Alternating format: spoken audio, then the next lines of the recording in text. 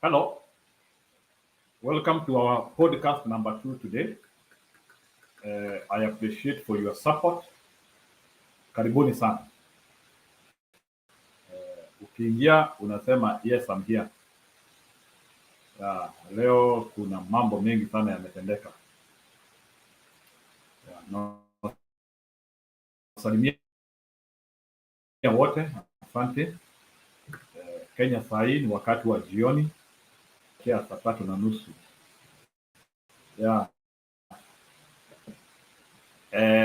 Shai Trust, karibuni sana. I appreciate kwenyu kukuja hapa. Leo na wakaribisha katika kikao. Manake lazima tupangane vizuri. So karibuni. Show yetu ya leo itakuwa vizuri. I welcome you, all of you. So kama unanisikia, nataraji uko vizuri. So I want to begin by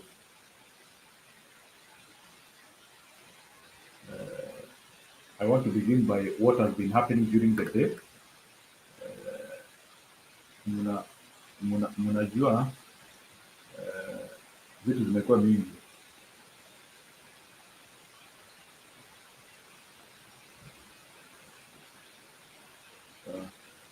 So karibuni, ni nyinyi nangojea muingie. So Shai Trust, kama unanisikia sema hai. Unajua kuna show nyingine nimeweka hapa alafu ni kama watu wako wananisikia. Asante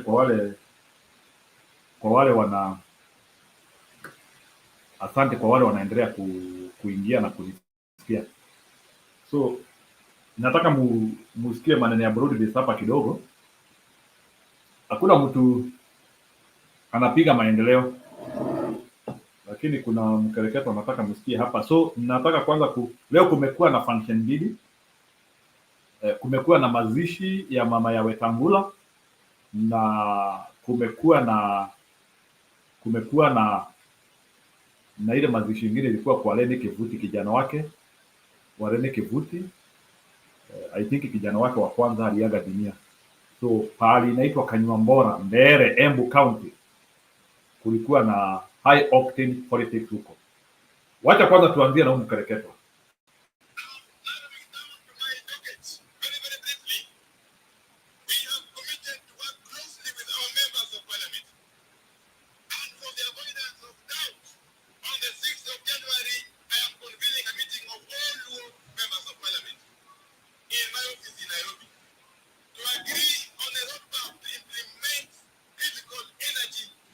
In our region here, we are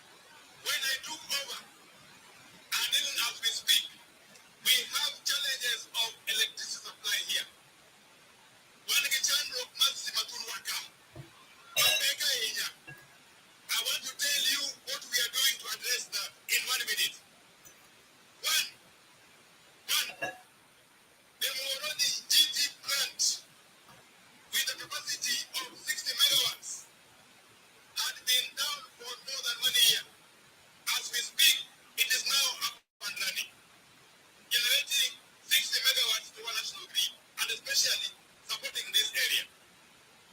Number two, the Sondu hydro plant with a capacity of 60 megawatts has only been producing 30 megawatts, so there's a result of a breakdown of one of the turbines. We have put in place measures to ensure that that turbine is up and running in the next 2 months. That will bring on board additional 30 megawatts. Number three, the Gogo hydro plant in Migori County, which is the oldest hydro plant in Kenya, has been producing a mega 2 megawatts for all these years. We have now agreed with the president and we have already secured financing that the Gogo hydro plant is going to be upgraded from 2 megawatts to 8.6 megawatts. And it's going to cost us about 38.8 million euros to do that. Finally, we are just concluding or completing the infrastructure, the transmission infrastructure from Sondu to Miwa. It's just about to commence.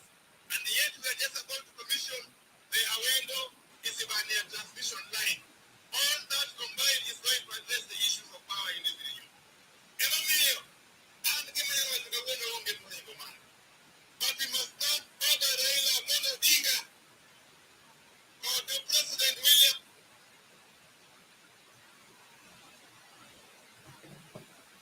Yeah, mambo iko hivyo.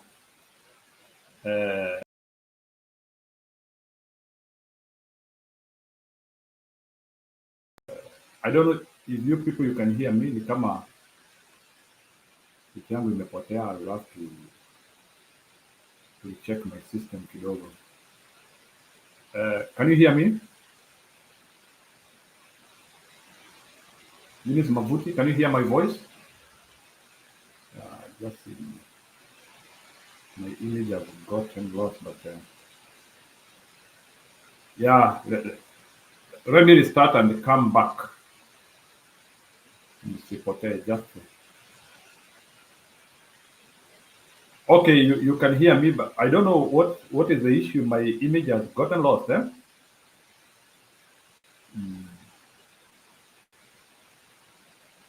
Yeah,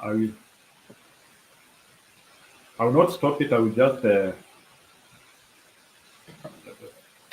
let me share the link to the studio.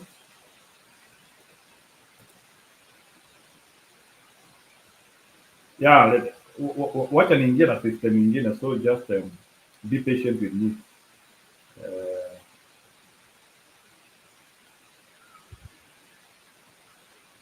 Just be patient with me a little bit.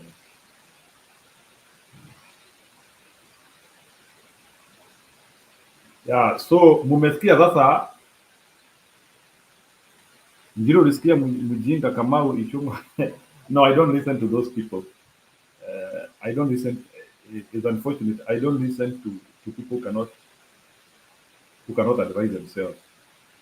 Sasa kwa nini nani anafanya vitu kama hizo? Na watu wanasema, you see the reason why nasema ni every time mtu akipata serikali, that is always what they do. Sasa unaona sasa Wandai amepata opportunity ya kudevelop Kenya using 12 billion. Alafu bilioni 6 anapeleka ile rural land. Is that equity? Those are the things which na utasikia to question vitu kama hizo, mtu anaanzia kusema hao watu wanajipenda sana. So kwa nini hata tusiseme huyu jamaa anajipenda? Why would he take 6 billion out of 12 to one small region, Nyanza, rural Nyanza? Hata hajataja hata project ya Kisii hapo. So at times as zingine when we are calling out these things, it's not that ni chuki tuko nayo, it's because we can actually see through some of these things which they are trying to do. Yeah, so it's very unfair to the people of Kenya to be actually facing such a problem. So I will be back with an image shortly. It's only that Let me see kama video itacheza. So be digesting hiyo ya Philip Wandai because imenishtua sana because I couldn't believe that sasa watu wamekuwa hivyo. So sijui kama mmesikia leo speech ya Ruto imekataliwa Embu. It's so unfortunate. Let me see. Speech ya Ruto ilikuwa imepelekwa na Justin Muturi. Naye Muturi ni mtu mwerevu, ni kama alisoma lebo. Alisoma hewa akaona hapa. Aliona hapa. Hii ndio tunaitaka Chineke. Let's see ikicheza well and good. Kama itacheza we'll have to look for another.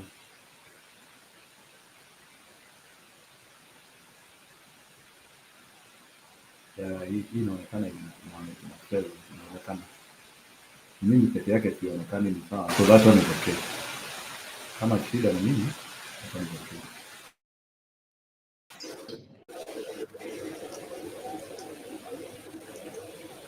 I've been given a message of condolence from His Excellency the President.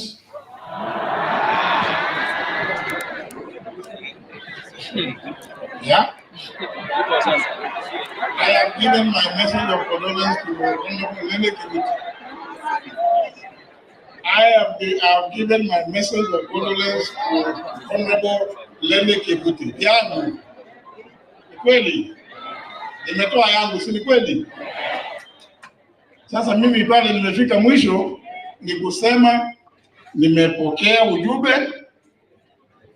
Ya? Niwapatie, mnasema hivyo? Ha? Nisome, nisisome?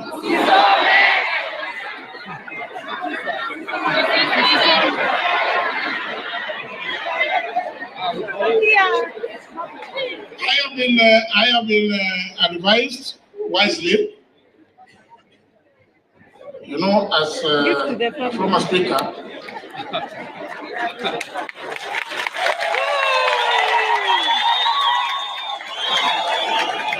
As a former speaker, the late JJ Kamogo used to say, talk about kura ya makelele. Nimesikia kura hiyo ya makelele. Yeah? This message is to the family of the Honorable Senator Lene Kibuti. I have the honor to deliver this message to the Honorable Lene Kibuti in public.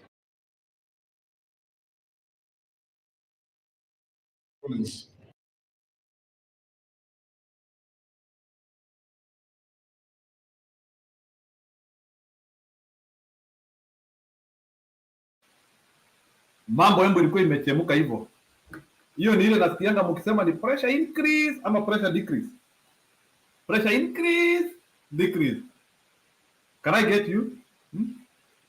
Hiyo ni pressure increase ama decrease? Wale mnanisikia? Is that pressure increase or decrease? Alafu sasa Gachagua pia leo wacha niwaekee Gachagua msikie na yeye. Now, by the way, Embu is doing so well. I'm happy of the revolution wave happening in Embu. I'm happy. No, truth be told, Waembu ni kama hii maneno wameanzia kushika vizuri. Waembu ndio the new definition ya we are not upright the porridge. Sisi hatupakangwe mauji. I think Waembu has the real definition of that. We are not backward uji. I'm trying to look for a media which was able. Lakini leo watu wamejionea. Bwana Gachagua ametupea ujumbe kweli kweli. lakini wacha tusikie.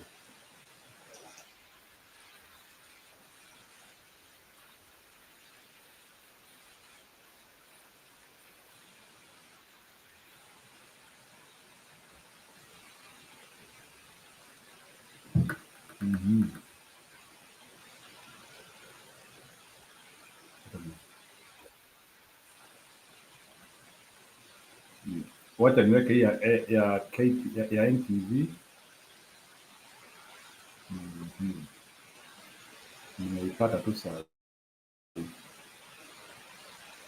Kilishuhudiwa katika mazishi huko Embu pale waziri wa utumishi wa umma Justin Muturi alipotaka kusoma ujumbe wa rambirambi za Mika kuipokeza familia karatasi yenye ujumbe huo. Viongozi walikashifu serikali kuhusiana na utekaji nyara, huku Muturi akisema serikali ikubali kwamba imeshindwa kwenye suala hilo na kutoa majibu kuhusu walipo vijana walioripotiwa kupotea.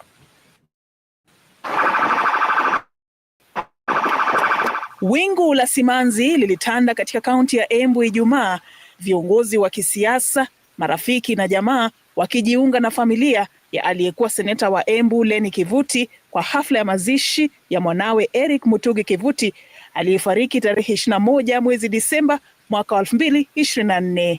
Na ilipofika wakati wake kwenye jukwaa, I've been given a message of condolence from His Excellency the President. Waziri wa utumishi wa umma Justin Muturi alikuwa na wakati mgumu kuwashawishi waombolezaji wamruhusu asome risala za rambirambi za Rais William Ruto. Nimetoa yangu, si ni kweli?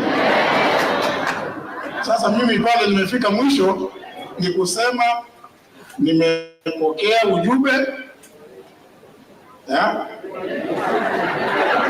Niwapatie, mnasema hivyo? Nisome, nisisome? Muturi akilazimika kusalimu amri na kupeana ujumbe huo kwa familia ya Kivuti bila kuisoma. Nimesikia kura hiyo ya makelele. Hii ikiwa ni mara ya pili kwa wakazi wa kaunti ya Embu kuonyesha ghadhabu yao kufuatia hasira walizoonyesha wakati Rais Ruto alipokuwa akitoa hotuba yake kwenye hafla ya kuzindua wakfu wa Askofu Peter Kimani Ndung'u katika kanisa la Anglikana kule Makangu mwezi Novemba mwaka jana. Katika mambo ya matibabu,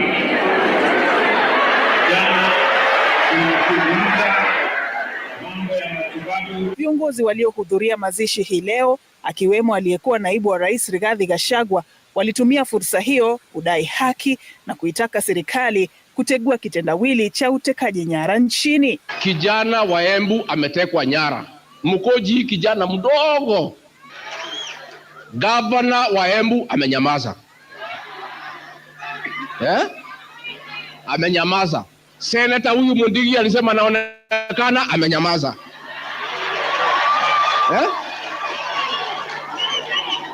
Huyu mbunge wenu Roko amenyamaza.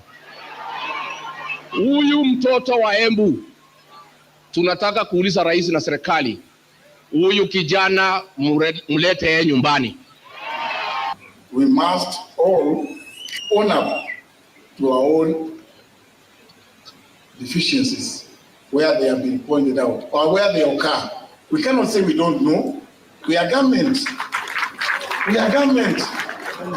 Haya yanajiri huku serikali ikijitenga na tuhuma za kuhusika na ongezeko la visa vya utekaji nyara. Safin Achieng Ouma, runinga ya Citizen.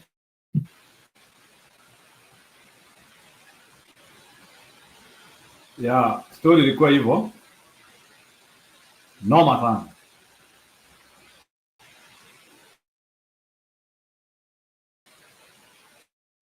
A leader, not as a politician. Yeah. I'm sorry, my image is not visible. But you can hear my voice. Kujeni kwa kituo, so if I get somebody to come and and hold, I can go and pick another computer of mine somewhere. Yeah. I don't know what has happened. Vile sitaki ku just to stop this one. So if wale wanakuja kwa kituo wakuja. No, I have checked my Wi-Fi is okay. I don't know what is the issue. Yes. I don't just want to. If I restart and come back, I I don't know. So anyway, wale wanaingia kwa kituo mnaweza ingia, so that I can also get an opportunity maybe to restart this computer. Maybe to need a restart.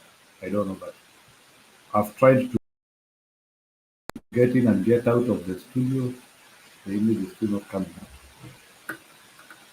Yeah.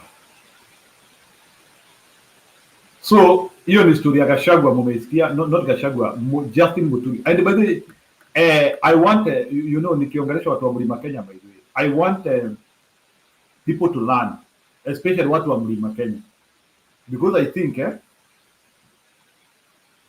some people in the Mount Kenya region, especially, I never like using that Mount Kenya West and Mount Kenya East because hakuna kitu kama hiyo, lakini hizi kaunti za Kiambu, Murang'a, Nyandarua huko, we have seen their attitude of wanting to entertain Ruto, and that attitude has to go away.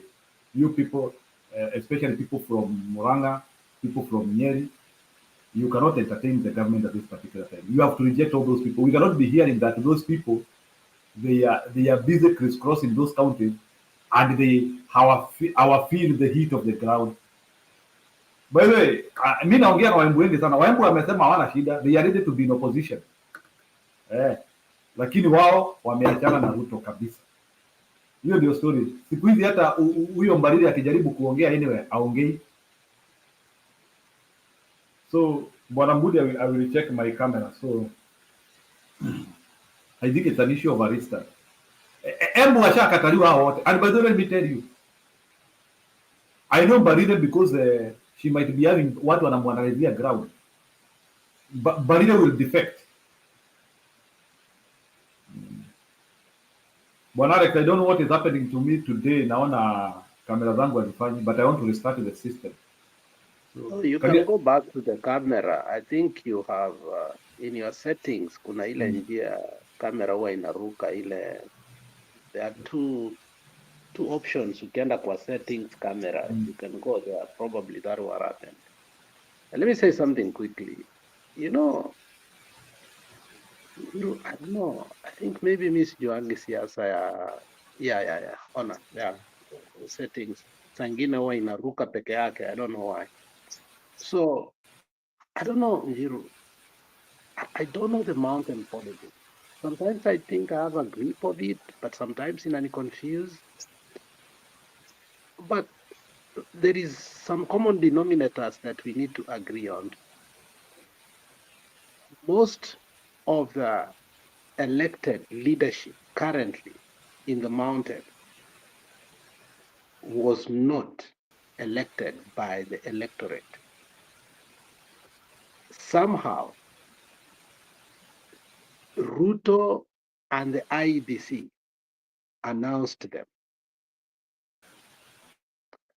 And it seems they know it. If you remember very well, during the election,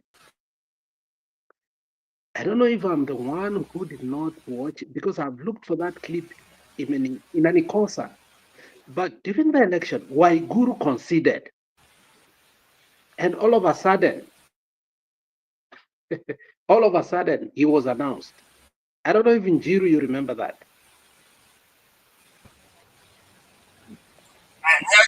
Niaje Alex, niaje? Poa sana. Niaje brother. So Njiru is having a problem. So there was somehow how Chebukati and the IEBC put on the people for Ruto to the leadership. And I believe people like Mbarire are part and parcel of this. Now, they are in utter confusion whereby they do not know if they should play the fiddle to Ruto or they should be independent, completely independent. Somebody like Waiguru is totally confused because you understand the position he held in terms of Council of Governors. I mean, it was so confusing to her to a point that she did not know if it's to be on the government or to be the chair of the Council of Governors. And you found that kind of confusion did not actually help her at all. So I think the mountain does not have true leadership that represents the people. It is the people. The current leadership of the mountain have personal interest, which sometimes supersedes the ground. So you could see them gravitating towards the people, but at the same time, they have allegiance to William Samoei Ruto, a matrix that really does not make them come forthright and demand for Ruto to stop all these shenanigans, which is quite sad. And I think that was played intentionally, and it's really hurting the mountain. Unlike the Nyanza people, who, even though their nomination was shamble, but when it comes to election, they were elected by the people because of what? Of the party ODM, which is a little bit also not the right thing to do. But I think so. The current conundrum that the mountain is going through is the Ishungwa, syndrome. The Ishungwa syndrome is the psychophancy to Ruto, no matter what. And I think that is where people like Ndindi Nyoro got so tired of, to a point that you can see Ndindi Nyoro political movements are saying otherwise, that it's not a puppet anymore. And even though, and this is where usually I come and I say that, the mountain has to realize what leadership is and how to handle leadership, because there are people who have held the leadership of Kenya for a long time, during the Kenyatta regime, during the Kibaki regime, and during the Uhuru regime.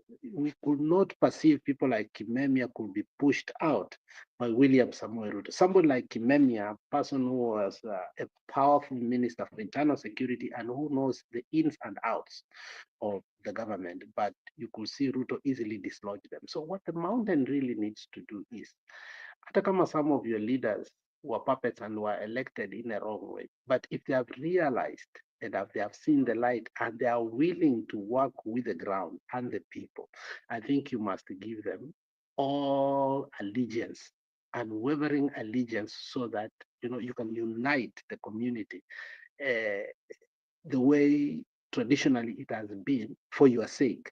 Otherwise, what is happening in the mountain is the fiddle that Ruto really wants to play. And if you look at how Moi played that fiddle for a very long time, Moi was never elected by Kikuyus, but still he managed somehow to do what? Perseverately, still election of this country for another 24 years. So that is what Ruto wants to do. Create a clique of some people like the Ichungwas who have his soul, and even if the Gachagua and other people who are fighting for the mountain are still making noise, he really does not care. So we create people like how do we call them? Kamodos, and Kamodo, Ishungu unfortunately have become a Kamodo, and even worse than Kamodo. So it will create the Kamodos and the likes of the Kamodos, and you can clearly see who they are. And there are people who are not going actually to make decisions. They are going to walk on eggshells, and these are the people who are worse. Even the Bible says you are neither hot or cold. And that condition of not being hot or cold makes you nauseated, which means that these are people who are worse than sycophants, or than the people who are with the people, or the leadership that is with the people. So the mountain needs to really redefine who its leaders are, not based on how they elected him, based on the current situation and the leadership that is feeling for the wars that Ruto wants to enact to you. And I will guarantee you, if there is anything that Ruto wants to do is to make sure that the mountain has become the poorest region in Kenya. And you can see that by the fact that we can't be importing rice from Pakistan, where the Mwea irrigation scheme is being killed. And the milk issue and the coffee issue and the macadamia issue, these are things that Munya had already stabilized in a way that it will not just take 1 year to destabilize the farmers the way it has been destabilized. So I think it's a high time not to sugarcoat people like Mbarire. I don't think Mbarire has her full heart. If she did, these people should resign from UDA completely, but still take their position to serve the people. But if they are palliating within the government, having meetings with Ruto within the UDA as a party, which is actually not helping the mountain, at the same time coming to the people and act as if they are with you, these are the worst kind of people.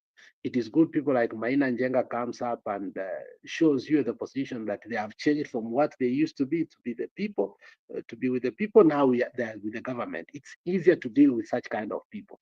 But within the circle of the mountain, there are many leaders who are speaking something else, but in the evening, they are dining with the Ishungwas and others.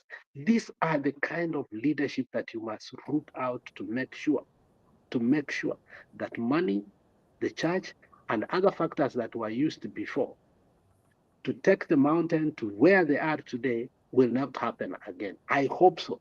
But let's not keep on fetishizing people like Mbarila. Oh, they are not with Ruto. They are with Ruto as long as they are holding those offices and they have not come out outrightly backing and say Ruto must go. I think they are with Ruto. People like Waiguru don't even think they are your leaders. Alex, Alex, please. Alex, Roger.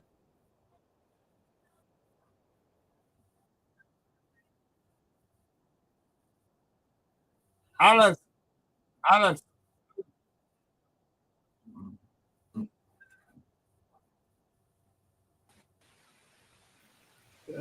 Bwana, yes, why are you not allowing for your time? Nimekasirika juu ya venye Alex anasema, nimekasirika. So ngojea kwanza place point yake halafu ukuje. Okay, wacha maliza. Alex, endelea. Wacha niende kama nimekukasirisha. Hapana. No. Alex, you cannot go. Just speak. Wachana na nani. So make your point is good. No, I was insisting, Jiro, that I think this emotional equity we are having to leadership just because they say something little that we want, but their heart is not fully with us because they have not made that decision. I think that is really hurting our movement. If you look overall, from since we started to say Ruto must go, and even when Raila, defected to the government, if you see very well, anybody that comes in, kama ni Okiya Mtata, we want to support him. Kama ni Morara, we want to support him. Kama ni Kasmuel, we want to support. We must build a robust base of ideology to say, look, if there is any leadership we want to build, it must completely recant this Ruto. And from there, we must build. But I feel like we are acting so desperately by seeing just, patchworks of the disagreement with Ruto, and we think these people have. I think when you see that patchworks or potholes of this disagreement, it's personal interest that these people are showing, and once they receive them, and then wanatuacha kwa mataa. It really hurts me that every time we put our faith in a certain leadership and we think they are going to be anti-Ruto and come out openly, and over time Ruto visits them and we see otherwise.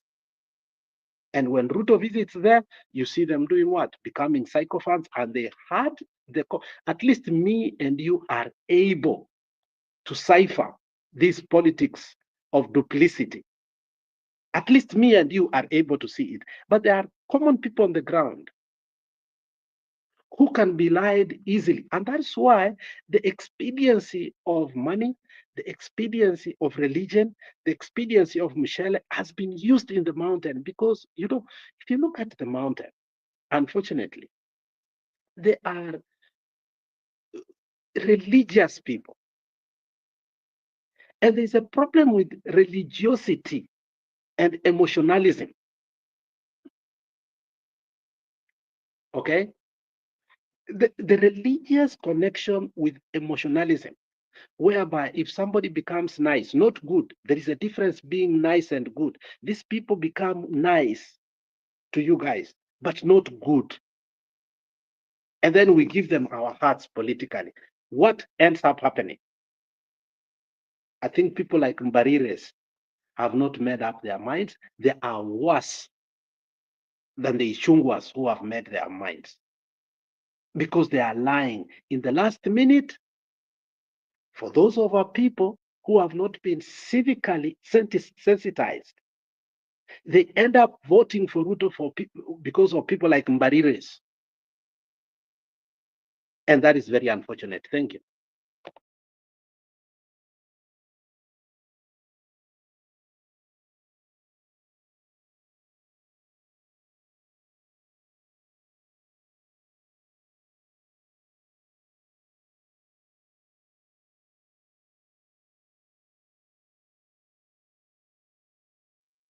Njiru, are you there? Yes, I'm there. You Go ahead. went silent. No, I finished my submission. Yeah, okay, ni sawa. So I want to apologize a little bit because bwana Wandem ni kama unakasirisha watu, and I don't want to be held responsible of your character now. This idea whereby unakuja unarukia watu, people are not taking it kindly. So I was away because of internet issues. Then unaona sasa I can see people are feeling very agitated because of that attitude. So please just ruhusu tu mtu aseme point yake alafu na wewe ukuje. So this idea ya kukuja unaruka juu, people are not taking it kindly. So unaona pia mimi collateral damage inaniangukia. So bwana Wandem, at least be kind to people, be respectful to people. Usikate tu mtu juu because people are trying to follow something, then unakuja tu unakata tu mtu mara moja. So that is not my take, and that is not my standard. So bwana Wandem, unless if you have a serious point, sijui maneno kukuingiza, watu wacha nikuingize, sema point yako. Wandem, go ahead. Enda.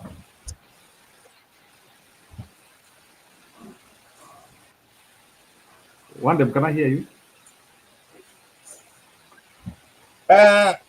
Asante sana Njiru. Hello? Asante sana Njiru. But can you apologize to people because No, people are apologize to irritated Alex. by About the no, even to the panel.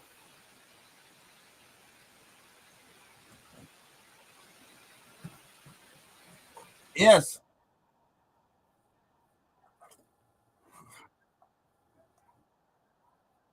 Okay, I apologize to the panel, and I apologize to the people in the house. I apologize to everybody. I apologize to the soldiers here. I apologize to everybody who is.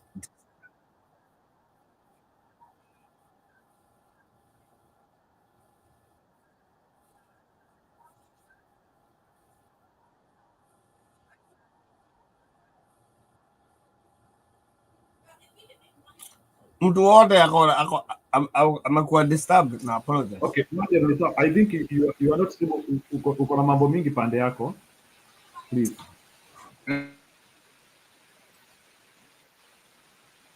No, I think one them is congested. Ako na mambo mingi pande yake. Yeah, so it's unfortunate. So unajua what people want to follow a train of thought, eh? So I understand. So one day kama unasikika huko, kuna watu wanaongea huko hiyo pande yako huko, so I'm unable to have you. So wengine wataka kuingia studio waingie. So okay, anasema my channel is, yeah, maybe there could be that possibility. But in sawa, we'll see what to do. Yeah, you people, I hope, my dear friends, that you know now what is happening. Mumeona leo Embu politics wa high octane. Gachagua yeye mwenyewe ameongea, watu walisikiliza. I think people are listening to Gachagua because maybe he is a bit friendly. He is trying to talk the current issues of affair. He has identified with abduction, and he has identified with the Kenyan issue. That is why watu wanamsikiliza. Hata yakiabandon hiyo path, watu watakuwa na kazi na yeye. Na mimi ningetaka kusema hizo kaunti zingine 11 za Mlima Kenya, I think Embu has put the standard. Hiyo standard. Wacha Ruto ajue hata wherever he goes hana kura huko. He can go elsewhere, kuna anafikiria atapata kura, but at least sisi watu wa Mlima Kenya, let it be clear in black and white. Hata saa hii akuange anajua ana kura huko. Akienda Murang'a hakuna kura huko. Akienda Meru hana kura huko. Akikuja Embu sisi tuko tayari kumpigia nduru na kumwambia kwenda. But akienda Kiambu, so what I'm calling for is we need to be uniform. Kaunti zote za Mount Kenya, we have to be uniform. Iwezekani wa Embu hawataki audience yake, then tunasikia another county in Mount Kenya region kuna watu wanampea audience. That is why now things are not working. Lazima sasa sisi wote form ni moja. Form ni reject, kumkataa. We have to reject him completely. Hata sijui tunamkubali sababu anatopea nini absufa.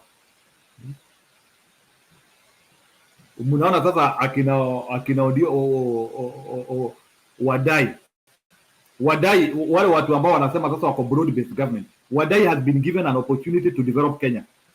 He has chosen only to develop the rural region alone.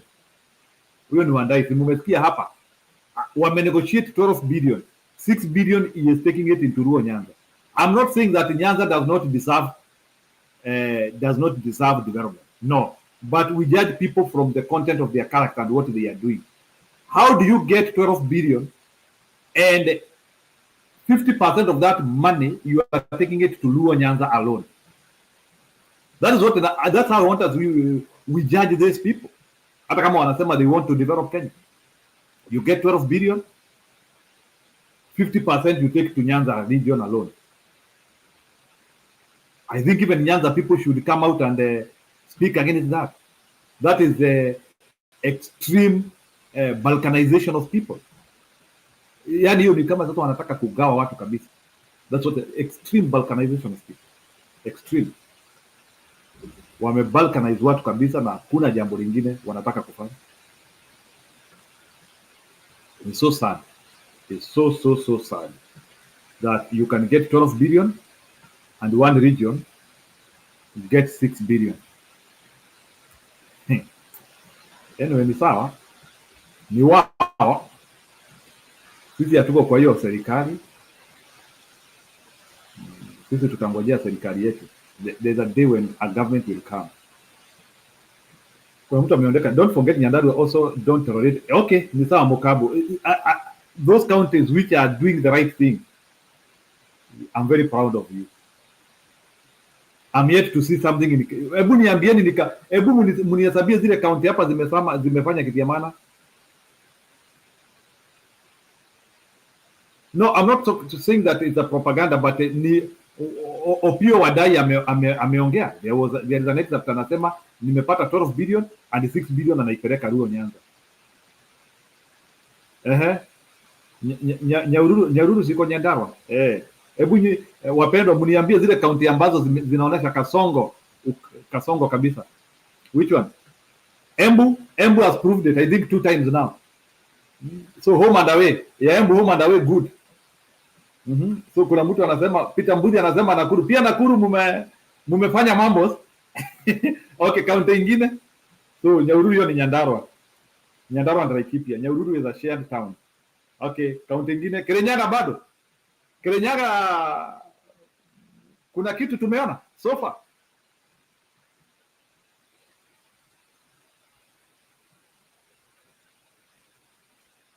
No, actually I was saying that hiyo video ya Wadai nishacheza. Ama unataka nikuchezee? Wadai amesema he has negotiated for a 12 billion contract ya 1 mile na 6 billion anapeleka Ruo Nyanza. Wacha nikuchezee hapa.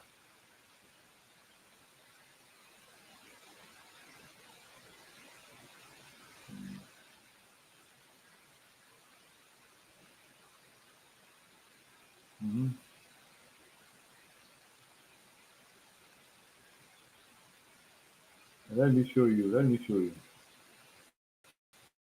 This is the video.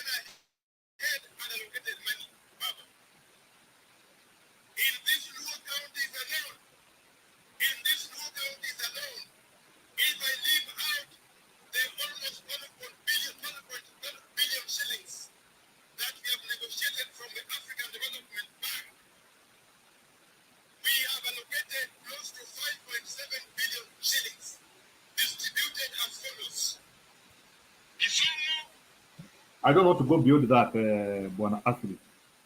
You go and negotiate 12 billion and 5.7 billion, you take it to one region. Na wewe ndio unasema sisi tunaongea. And now that is now the broad base. So I'm telling you, that is what broad base is doing in Kenya. Broad base, courtesy of Wadai.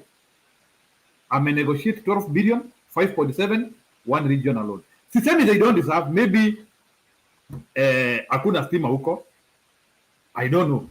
But how do you, why are they not going to, why are they not distributing that money, 12 billion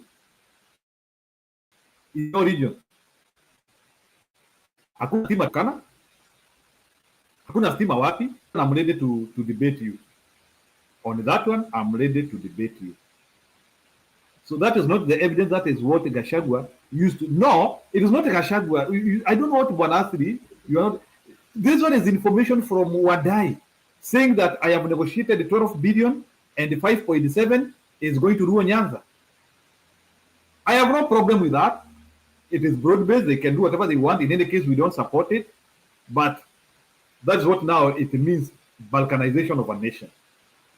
You can negotiate for a contract and you are unable to truncate. Unapeleka maendeleo sehemu moja, which is not very good and very serious. I thought they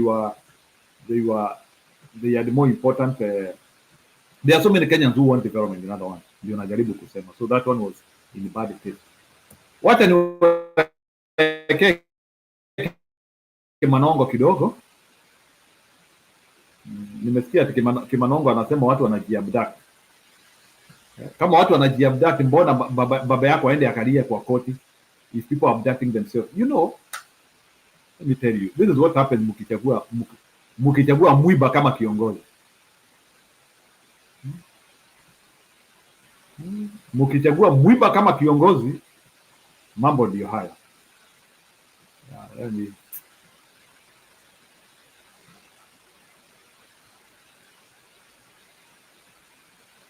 wacha niweke Kimani Ichung'wa. Kimani, nikifikiria huyu jamaa bwana, ni watu kuanzia kujiuliza swali. Huyu jamaa hata kama alikuwa na tusi natembea juu natembea ameongea sana leo anyway. Natembea amesema watoto wanakuwa abducted, which is true. I want to see the kama citizen ndio wameonekana. So anyway, yule anataka kuingia studio anaingia.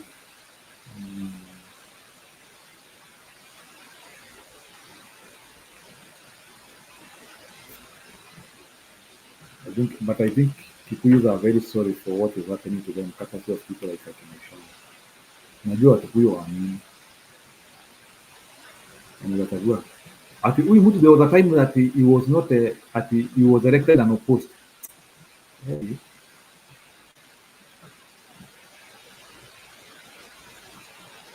Kimani Ichung'wah was elected and opposed one time in Kenya. Bwana Wakikuyu sasa mnajionea. There was a time when you couldn't oppose this guy. Okay. Na siku hizi bado pia Peter Sarasi amekuwa kwa people vibaya.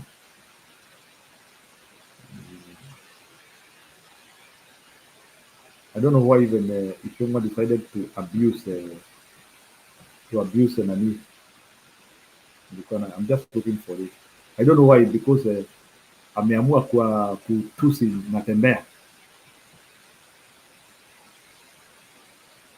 I don't know why he chose to abuse. I don't know if my voice is audible today. Yeah. Ni kama na hang leo.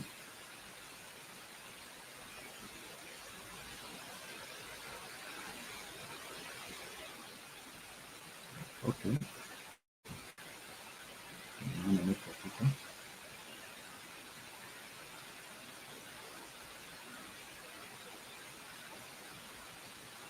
I'm trying to look for Kimani Ichung'wah.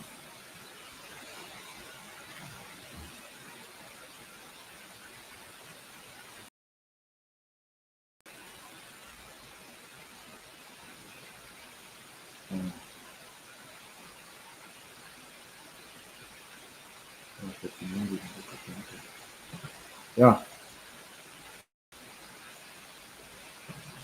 I'm trying to look for Kimani Ichung'wah. So mnipe tu dakika chache. I'm just trying to look for the TV which showed us. Yeah?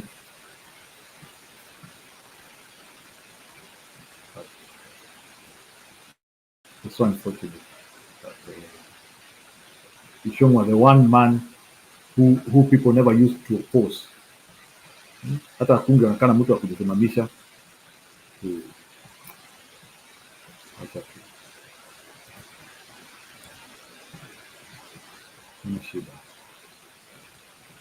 But anyway, I'm proud of what happened in Mount Kenya region today. You need to be proud of that, by the way. And kama wewe ni mkazi wa Mlima Kenya, at least our people represented as well. I've never been proud of my Embu heritage as I was proud today, because poor governance haitatusaidia. So ndio huyu, haya ndio hii nimeiona. Wacha niwapee uhondo.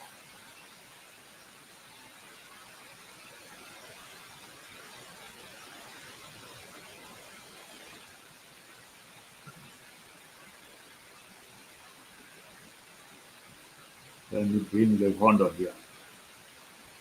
Naitwa Kimani the Ichung'wah.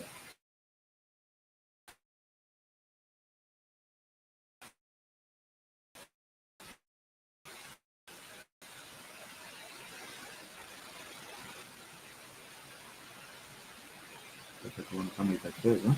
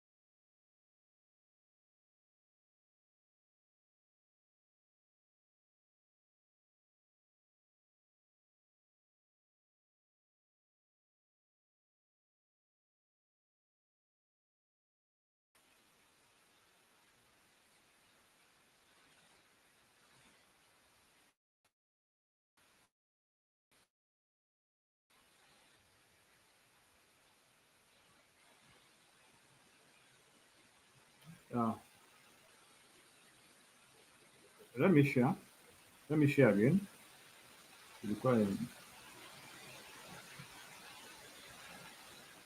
Leo kuna mambo inanitendekea sielewi, lakini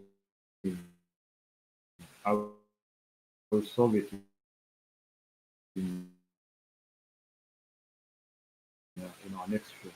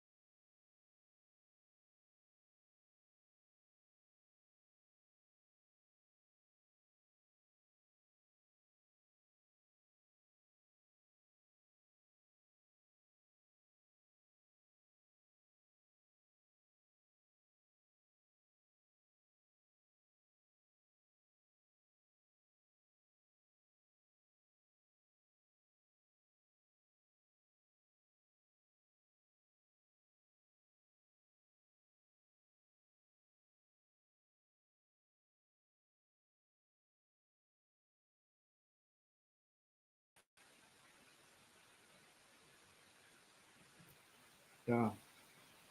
I'm sorry, sijui. Can you get me now? Let me try over that. Wacha nijaribu kucheza na simu. Sawa. Yeah, I want to play that Kimani Ichung'wah story over the phone.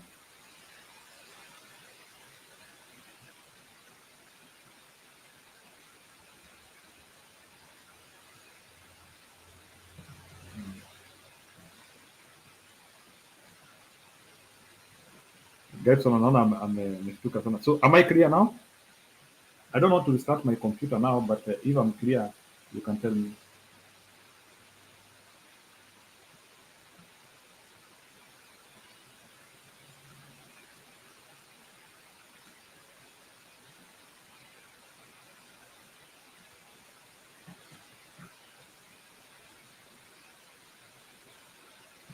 So can you hear me? Poleni sana. Wacha nicheze hii video ya Kimani Ichung'wah is okay. Let me try to look for it here. For that Kimani Ichung'wah. I hand it I hand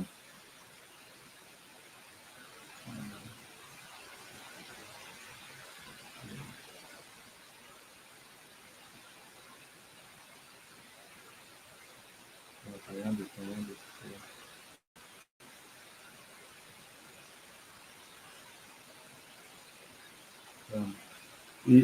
Alikuja tu kuongea immediately after I think inatembea. I'm just trying to look for him because nilikuwa nikitaka kuwaonesha how. Okay, Alex Wawera ameconfirm. Sawa, thank you. Nataka kuwaonesha vile watu wakilewa na power. Okay. Let me repeat it. Let me try it. Kwamba kiongozi wa wengi bungeni Kimani Ichung'wah na gavana wa Trans Nzoia George Natembeya walikabana kwa kule Bungoma kuhusu visa vya utekaji nyara. Ichung'wah ameingia katika orodha inayoendelea kuwa ndefu ya viongozi wa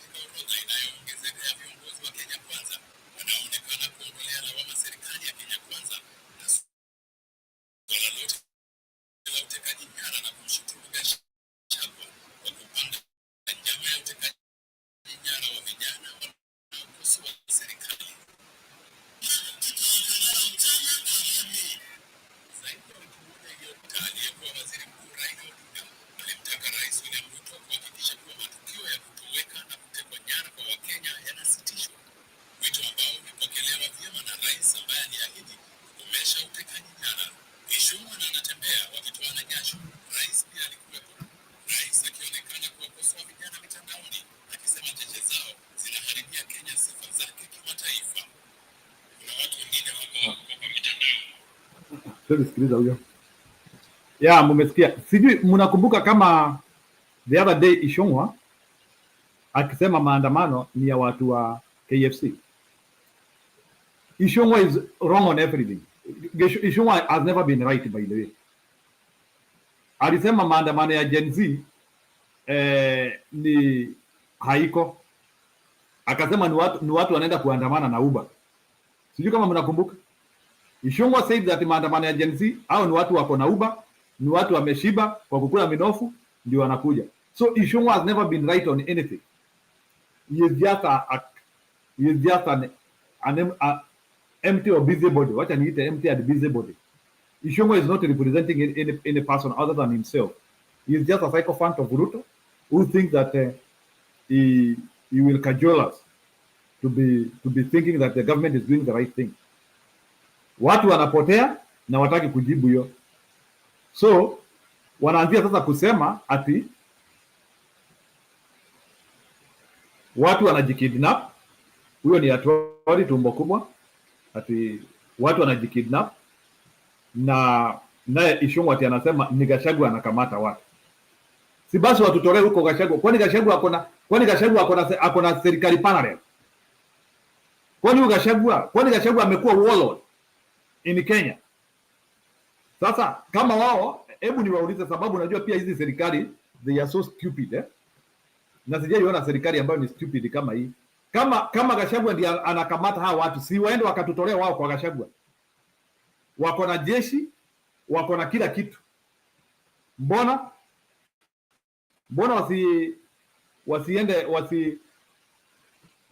wasikuje kututolea nini?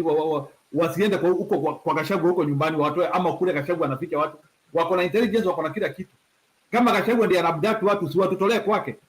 Kwani wajui Gachagua achukui watu anawapeleka outside Kenya? Mbona anakuja kutuambia? Why are you making it a political issue?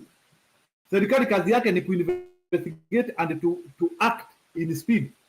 So serikali endeni mtutolee hao watu wameshikwa mateka. Ni Gachagua amewachukua. Sawa basi, endeni mtutolee wao. Bana, hiyo siasa hatutacheza hivyo. Bwana Ishongwa, you are losing it and you are losing everything in the name of thinking that you will make this issue political. Kwa nini hizo vitu unaenda kusemea, unaenda kusemea we? Kwa nini usiende hapo Nyeri useme hivyo kama wewe ni mwanaume? Why can't you? Mbona kwa nini utaki kwenda Embu useme hivyo? So hata naona ile ground we can see hata kule unaenda kusemea vitu kama hiyo. And hata huko Kikuyu kwenyu you have lost all the popularity. Enda Kikuyu kwenyu uniambia hata hiyo statement utasema hapo Kikuyu hapo. Nia Nairobi, enda useme hata Nairobi kwenyu, enda useme statement kama hiyo. We know where you think you have audacity. Hiyo vitu you can only say them in some places. But sisi hatutaki kusikia ujinga kama hiyo. Watoto watolewe.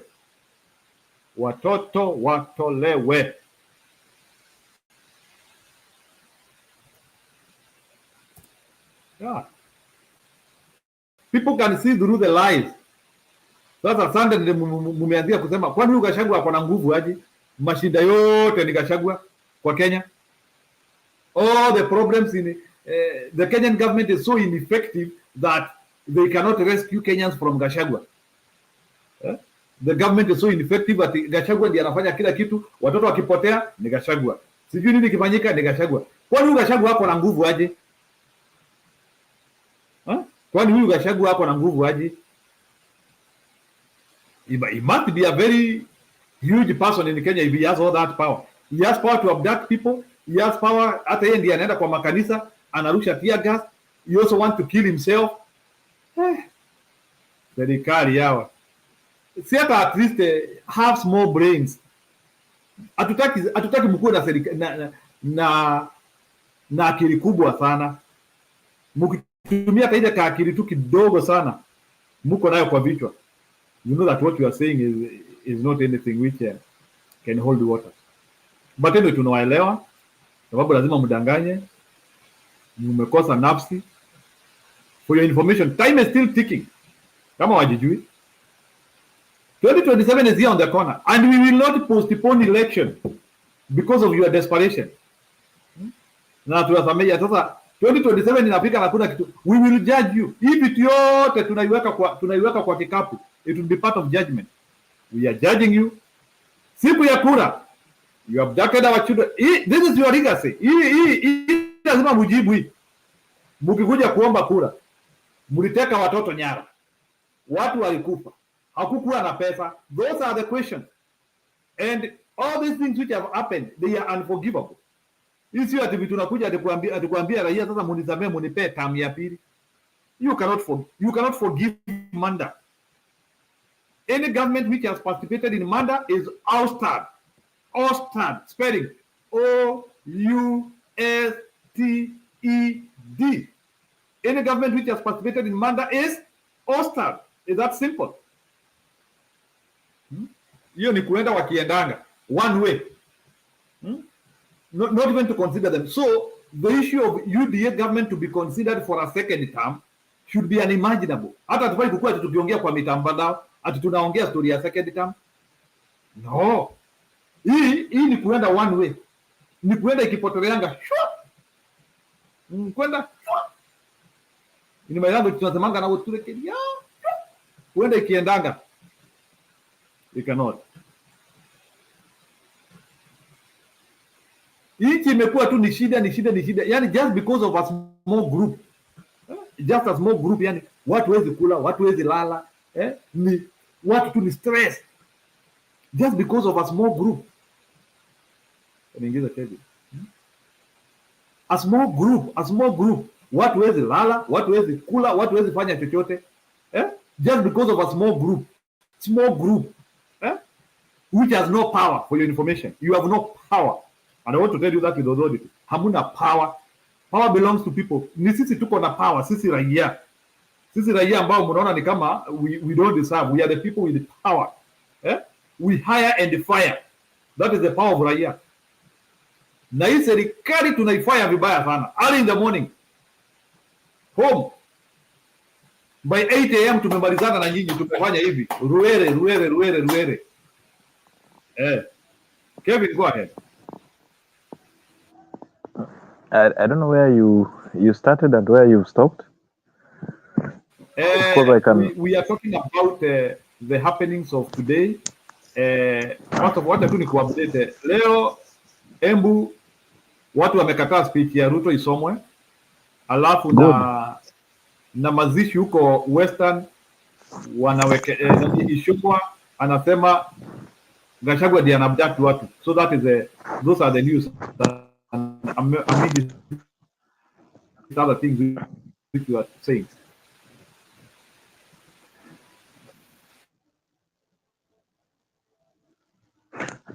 Yeah, so I think Ruto is just not atuambii ukweli. Nimeshinda nikikwambia these guys they know each other. Na leo imekuja wazi kwamba wanajuana. Na hao wenyewe ndio wanagawanya Kenya, because looking at even venye hizo the two concurrent burials, one in Bungoma, another one is in Embu. I want to start by Embu, and I would like to analyze on Gachagua's speech today, because he was saying, unajua kuna pahali alijisahau kwamba these Gema communities are one and the same thing in terms of course language, and there is even cultural similarities. So ile wakati anaongeanga kuhusu Mount Kenya anajifikiria tu ni Kikuyu alone. So during his speech akakumbuka kwamba no, we are in Gema. So akarudi nyuma akasema unajua hata nyinyi tuko pamoja. So looking at that, of course it was a show of division. Mentally kwa mind yake ame-subdivide hizi communities, lakini kwa being that he wants to be relevant politically anajaribu kutengeneza mdomo wake. Alijaribu sana. But all the same we could see a rift. There's a big rift, and of course you saw my brother from Meru also was present. But of course, in as much as Ruto was not there, or most of the government officials were not there, Gachagua won the shot because there was nobody to compete with him so much. But then again, looking at the speech of Ruto being declined in Embu, yes, it was worth it, because really these are region which you've ousted its son.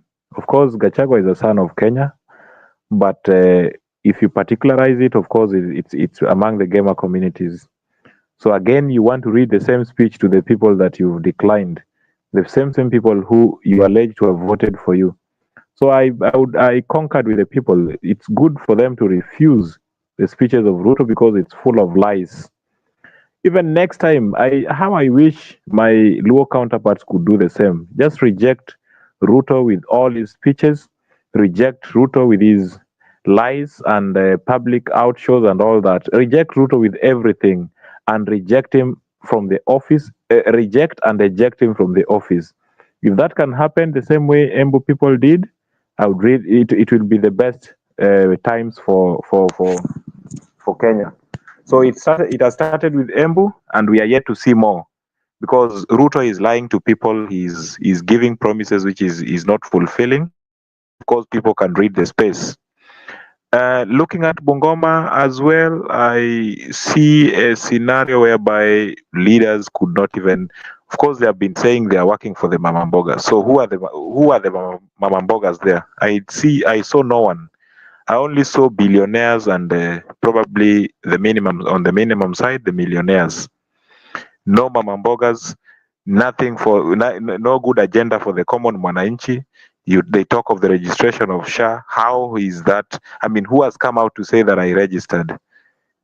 Okay, so if they are claiming the numbers that they are claiming, in fact, even one person could have even called a friend of mine or a friend to a friend of mine that I registered for this, but none. You hear no news on that. So they are lying to the people that they registered, and of course, Ruto will always lie. Together with his cronies, he's always a liar, both in burials, in celebrations, in New Year Eve celebrations, and any other celebrations that we have in Kenya. In my mindset, in reality, I believe that Ruto is a liar and he should not be accepted together with his people. Let's eject Ruto and go for a fresh elections. That's what can help Kenya for now. Thank you. Let me ask you the question. Bwana Kevin, do you think that momentum in Embu, or the way Embians are showing that it is possible to reject Ruto and his defendants, do you think we can carry that momentum all the way to election? Ama ni kitu itaishia hapa juju? Who has ever accepted Ruto apart from the few members of the Gema? Who has ever accepted Ruto?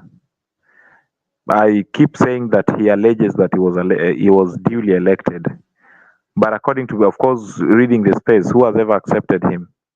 And even by the fact that he came into the presidency, ni nani amekuwa amekubali kwamba Ruto ni president?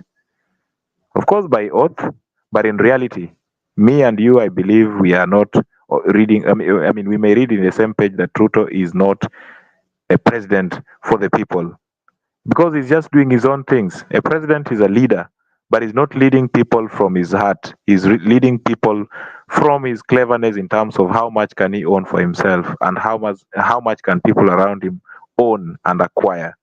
So that is something that is quite possible. The momentum can move on. It's just one county, and of course, even other counties. There is high possibility that such kind of thing can happen, and it has always been happening around. Even the post Gen Z and the pre Gen Z, it's something that has been ongoing. Only that the momentum went down because of his lies. But now that we've seen what is happening, of course, I can promise you that this momentum will go up, because so many people are frustrated. Look at January. January, there is a lot of expenses in terms of taking students to school, paying our bills and all that. But who is having that money in the pocket? He keeps on saying that people should have, will have money in their pockets. He has brought fertilizers and all that. But then, how many people can even afford to, to hire a tractor to plow for them their farms? Cost of living have gone up. So who is this person who is going to accept Ruto? So in every crowd, I see a possibility that everybody is going to reject him, and is going to feel very low, and high possibility again that Ruto may pull himself out of power.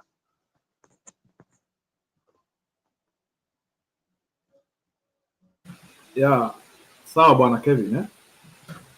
Yeah, one the message ya kutoa ni you know ni watu wamekasirika because of the way you interjected eh? As long as you are ready to come here and be patient, utaingia kwa studio, hiyo sina shida. Me, I have not removed you from the studio, but I have to listen to what people are saying because watu wanasema una interject sana na track hiyo.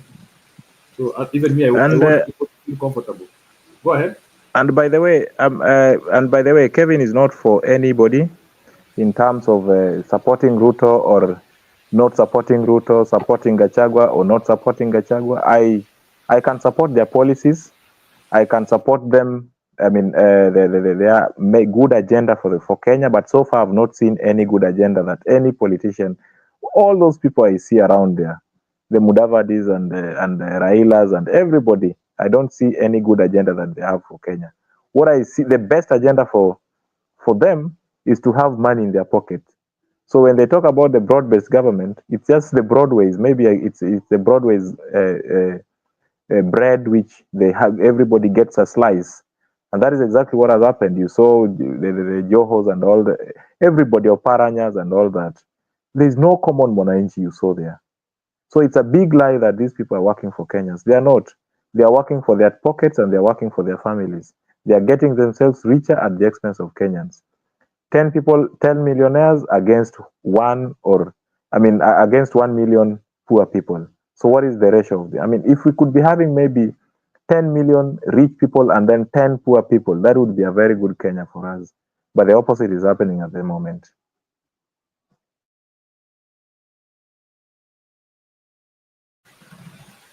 Sawa bwana kijana ya tao. Umetoka Embu ama? Nasikia Embu high octane politics huko. Embu bwana, everybody wants to be an Embian.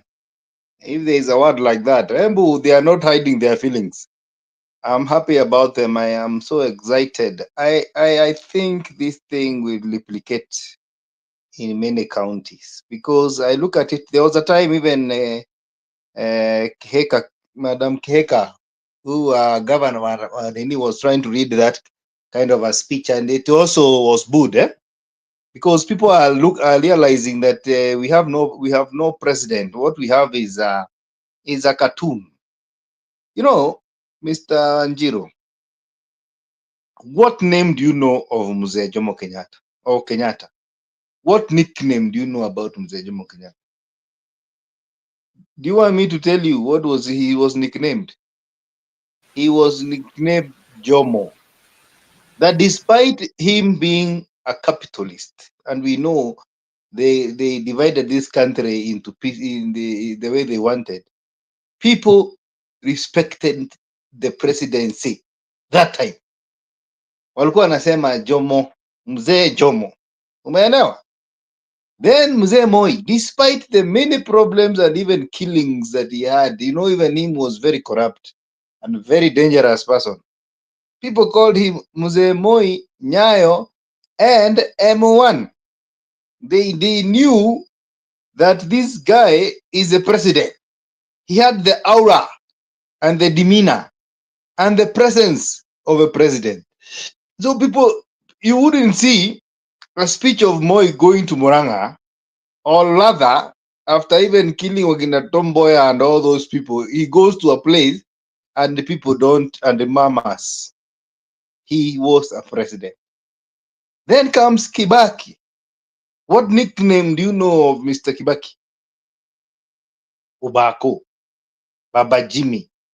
He still had issues. He still had issues with swearing at night.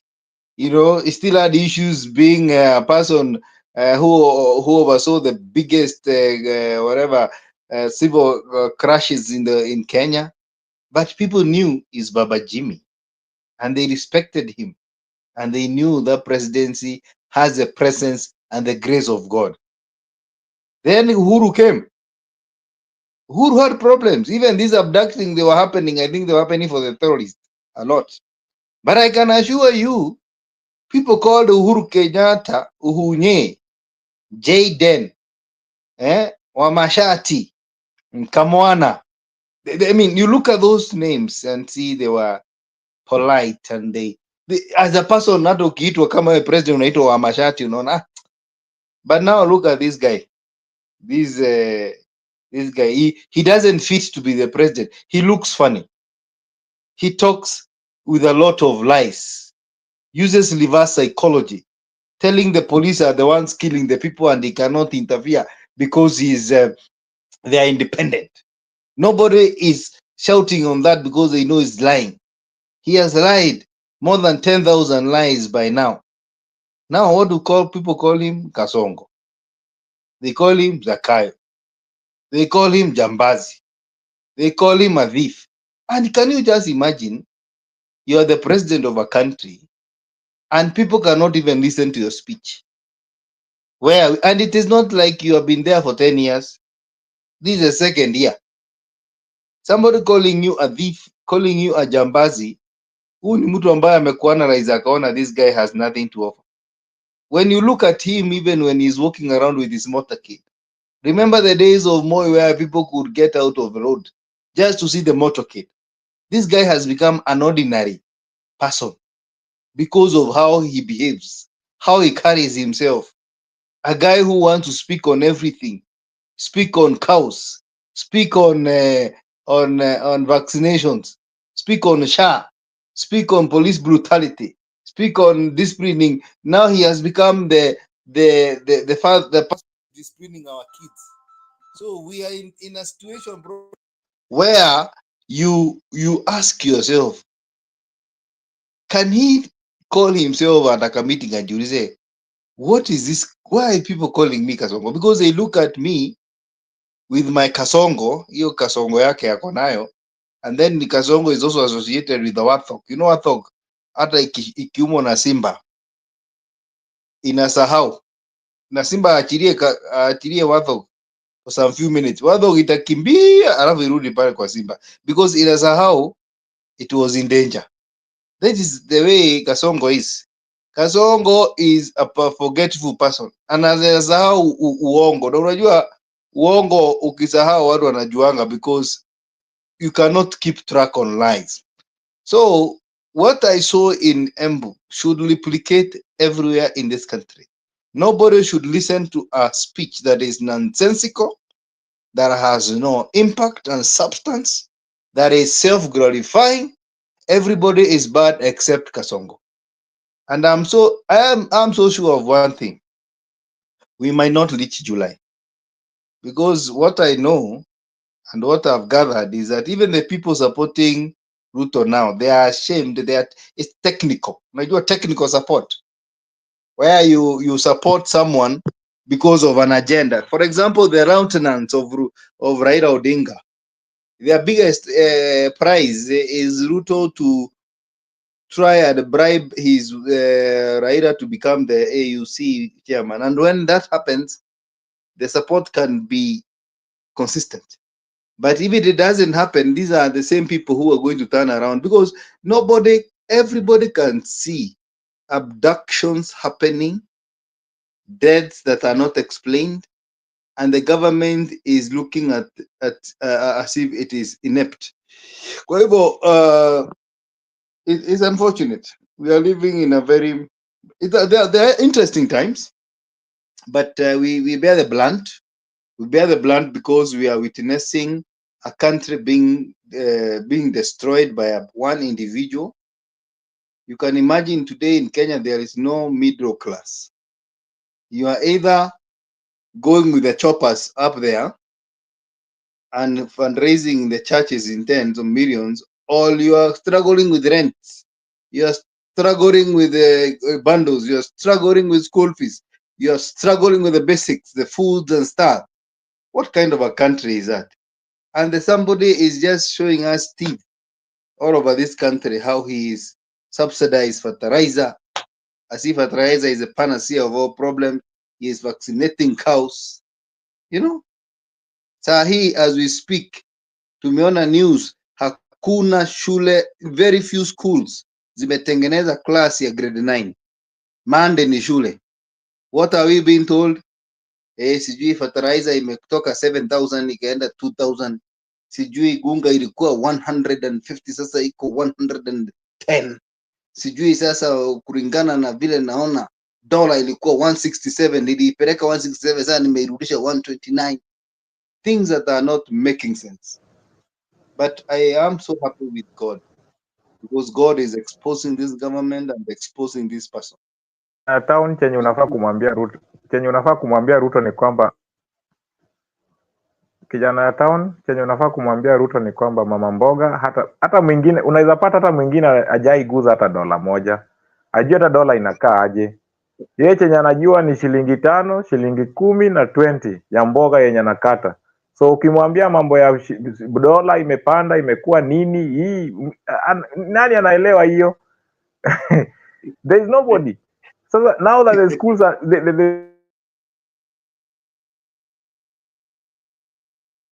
Yes, I agree with you, Bwana Kevin. possible that even we can boycott schooling, so that everything can just be first time. Let's not even go to school on Monday. There's no need of reopening schools. Why should we reopen? Hata KCSE yenyewe ambao huwa inatoka before January ishe, before December ishe, we are being told ati hata hawajalipwa. Wale walikuwa na maka hawajamaliza kumark, hawajalipwa, wanagoma. You can imagine the mess in the education at the moment. It's unbelievable. It's shameful.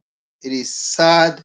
It is, I don't know. I have never seen this. I have never imagined we can even be such a place.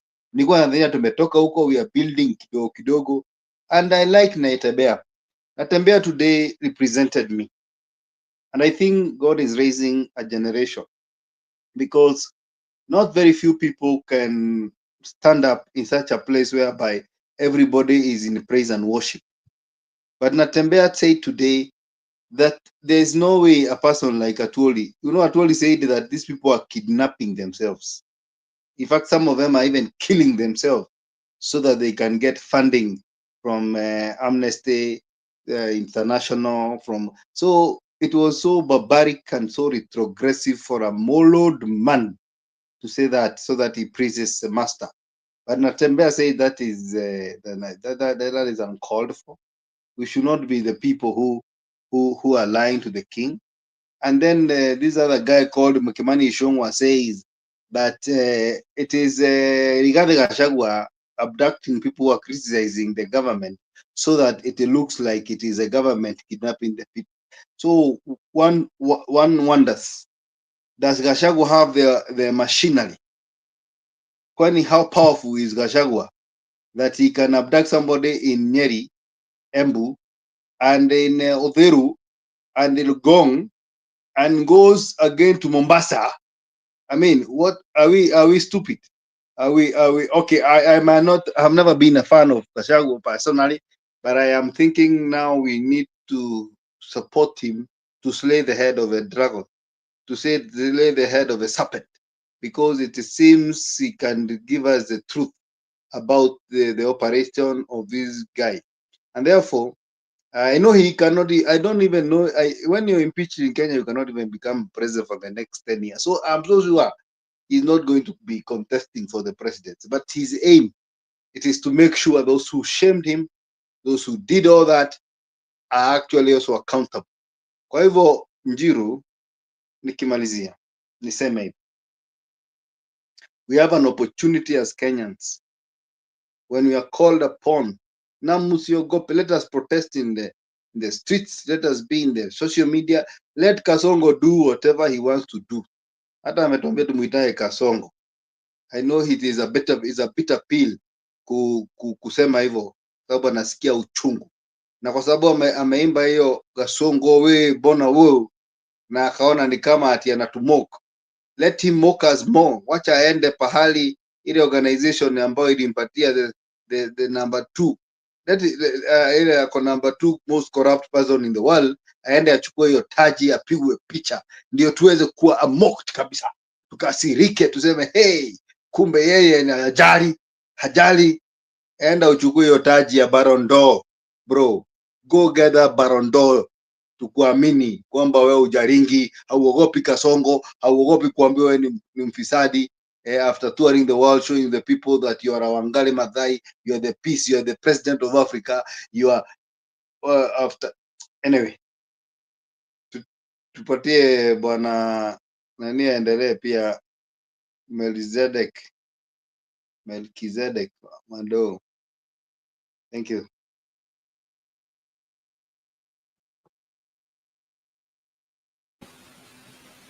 Yeah, na by the way, sijui kama mulisikia nani aki acknowledge Raila Odinga. I don't know how your statement itachukuaje. I think bwana Gachagua is also trying to learn from the ruler.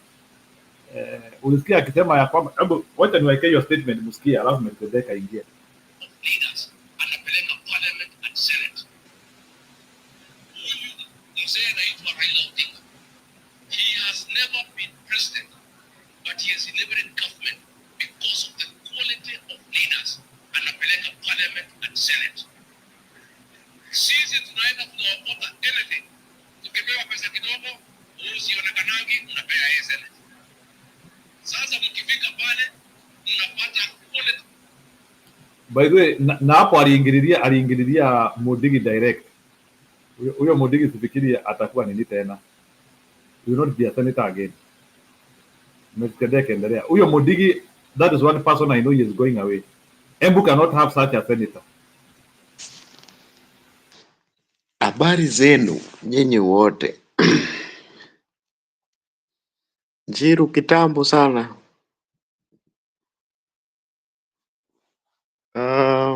Niko na machache ya kusema kwa sababu kuna vitu yenye niliona kwa mtandao leo mpaka nikashangaa, kwani tunaelekea wapi kulingana na wale ambao tunasema ya kwamba ni leaders, but they are thugs and goons tukiona vile wanaongelelea. Kwanza nataka kuanza na wale ambao walikuwa kwa matanga ya sijui mama wa nani wa speaker. I realize one thing that make me to feel like we have to wake up, and this is what I used to say, that all of these old politicians, those who are already in the power, we need to avoid these people because they don't deserve to lead. The way they are conducting themselves, they don't deserve to live or to live anymore because of the way they are talking. If a leader can say that 100 people are abducted, killed, and thrown into River Yala, and he mentioned the person that did this, but they have power to put this thing to an end, there is nothing they are doing. They only talking, boasting, and showing that they have the mouth to talk. It's very unfortunate when the president is present when such kind of things are being quote out, and him also supporting the same thing, which means these people, they don't care about wananchi, but they only care about themselves and their family.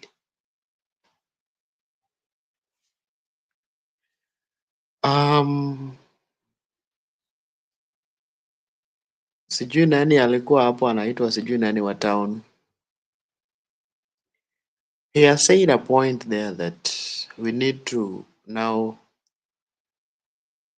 take Gachagua seriously. I support this because Gachagua is now showing people what was there, because he's the one that worked with this guy. He was there with him, so he knows every corner. where we can, the loopholes of everything that these people are doing. So I think this is the high time we need to support him so that he can give out all the information that we need to lay this government down. But if we leave him, he also will get tired, then we will not get the proper information or uh, the proper way of laying these people down, because these people, they are very, very funny in terms of what they're doing. They're talking like those who doesn't understand what life is. And the only thing that can make us to move away from this problem when we are united and we are speaking one language. And this will help us, because when we started doing something like now they are saying that, oh, on Monday we have Mandamano, we don't need to tell these people that we have Mandamano. Even if we have, we keep them secret where we are going to, because we can go in the street, but they will still continue killing. Then there is one, the so-called Badi, sijui Badi, Mjaluo mjinga sana, sijawahi ona. Nasemanga Wajaluo ni warefu, but this guy is very dangerous. These are the people that were criticized the government to the head to the toe. Now he's asking us that does Ruto is the one who have all this deni na nini na nini. Kwani Ruto amechukua pesa ngapi tangu aingie kwa hii nini? It's almost 4.5, right? Billion. Alikuwa amesema ni 7. Hiyo ni 3 ni ya ile government aliyopita. 4 ni ya yake. Which means yeye ndiye ameboro kushinda president yote wenye ashakuwa kwa kiti. So awache kukuja kutuambia ya kwamba wao wanajaribu kufix vitu zenye ziliharibika. They are the people, the same people that were in the government that time and the same people in this government, and they still continue the same issue or the same thing that they are doing. So until now, there is nothing that we can support these people at all. Let them, wacha wabweke kama waumbwa huko, but at the end of the day, we know that all they are going home, and this is our stand. That's all I want to say as for now. When I'm listening for other people, I think my point is at home.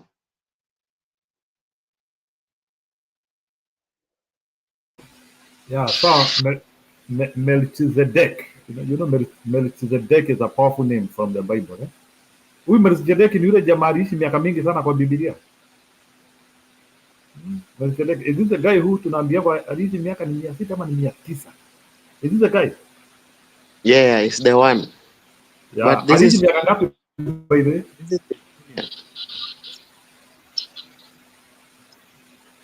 Anyway, I know Melchizedek is other than living long in the Bible, tujasikia story ingine yake. Maybe kama alifanya mambo mazuri utatuambia. Yeah. So kuna hiyo story ya Gachagua nilikuwa nataka kuadvance kidogo. Kuna mtu amesema nataka kuongea via discussion, nimeona imeandikwa hapa na Mukabu.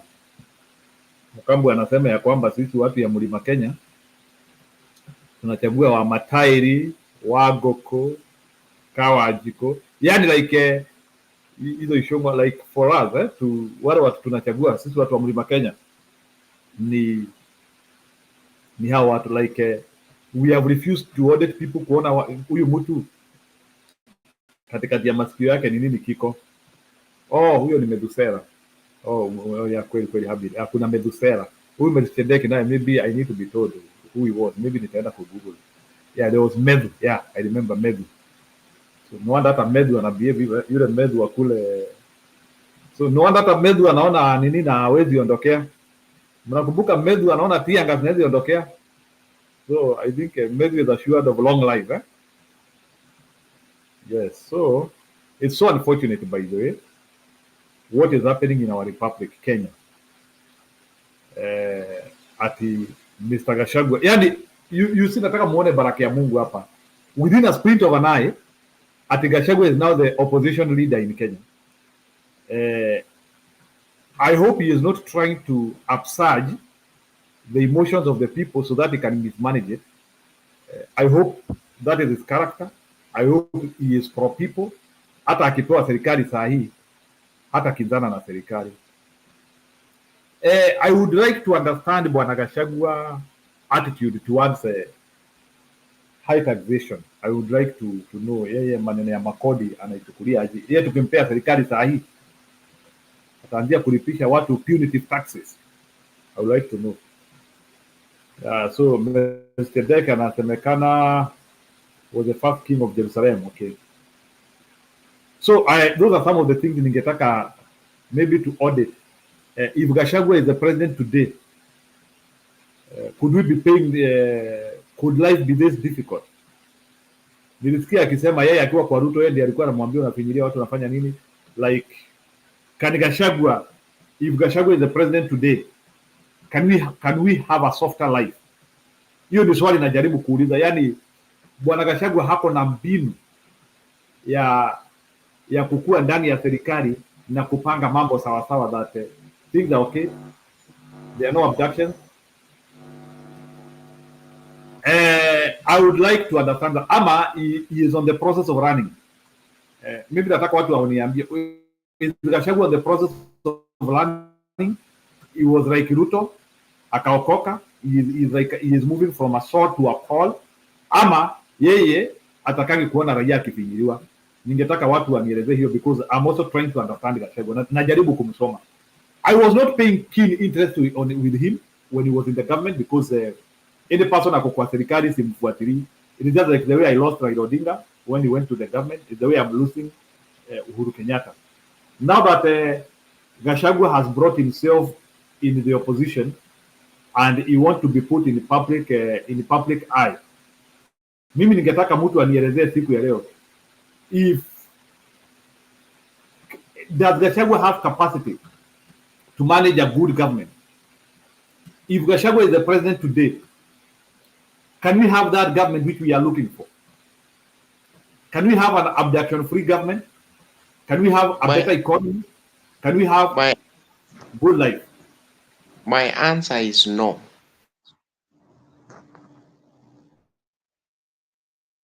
Why am I saying that? Because when he was there, I was trying to listen to him keenly when he was talking.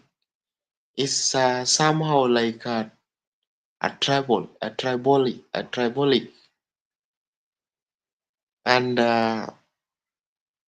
I don't know much about him, but due to some cases that he had before, shows that he's not a good guy, that even if he become a president, he can lead in a good way.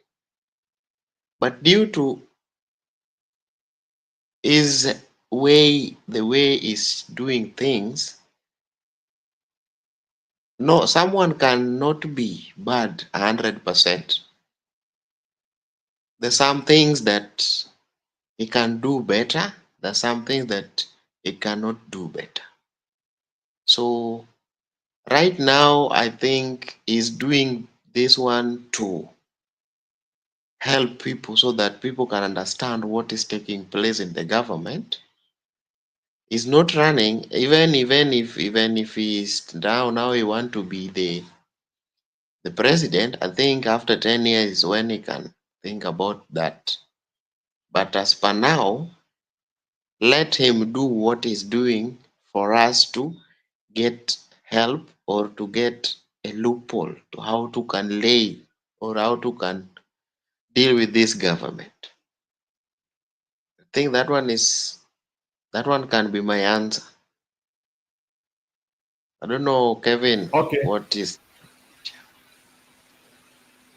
kidogo tu.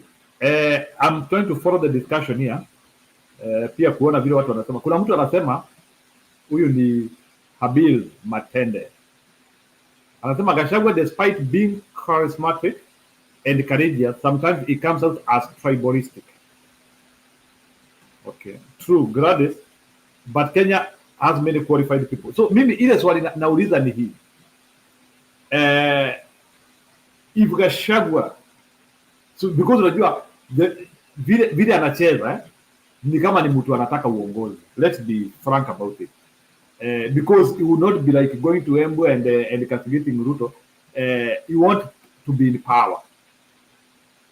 I don't know at what capacity. Capacity of vying as a president, that one will have to be discussed in future after watu wamepiga darubini wote, because na by the way new information inasemekana ya kwamba Matiang'i ameongezea kuni. Matiang'i ameongezea, maybe hii tu nimeileta tu, lakini ili mlikuwa mnajua Matiang'i ameongezea kuni kwa kampeni yake, despite the fact that alichagua ile kampuni ya kutoka Israel to be his partner in his campaign for 2027. He has now gone ahead and he now has a grassroots team. I saw it in the newspaper of yesterday. He has a grassroots team which is working for him. Yeah, it's a Canadian company, sure. Canadian company, yeah. So I hope the Canadian company it has good expertise, because ile shida niko nayo na Canada, unajua, I think Canada they also have issues of democracy. I hope hiyo kampuni ya Canada it has experience from other countries. I don't think Canada would be a very good case for democracy to base the experience from Canadian alone. Hata wao huko naona wamesumbuliwa na Trudeau sana. Huyo jamaa anaitwa Trudeau. Mwasumbua sana. Ameharibu nchi. So anyway, but before I bring Ayaga, kuna kitu nilikuwa nataka kuongezea hapa. Based on vile mumeona Gachagua akicheza, like, do we think like Gachagua can play this way? Hata akienda in the next government, he become a sane person who will always be pro people. Ama Gachagua, because Gachagua when he was not with Uhuru, he was pro people. Kuingia kwa serikali akageuka watu. Sasa he is pro people again akiwa. So ile swali najiuliza ni Gachagua akiwa kwa serikali anaweza saidia ama Gachagua akiwa anasaidia watu wakiwa nje? Is a question we need to ask.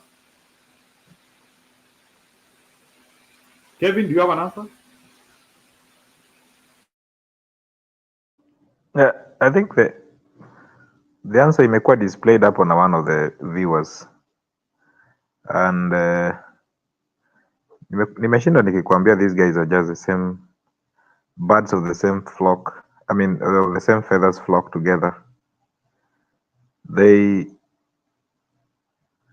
go against each other, they form new groups, and then they use tactical means to hoodwink people to vote for them.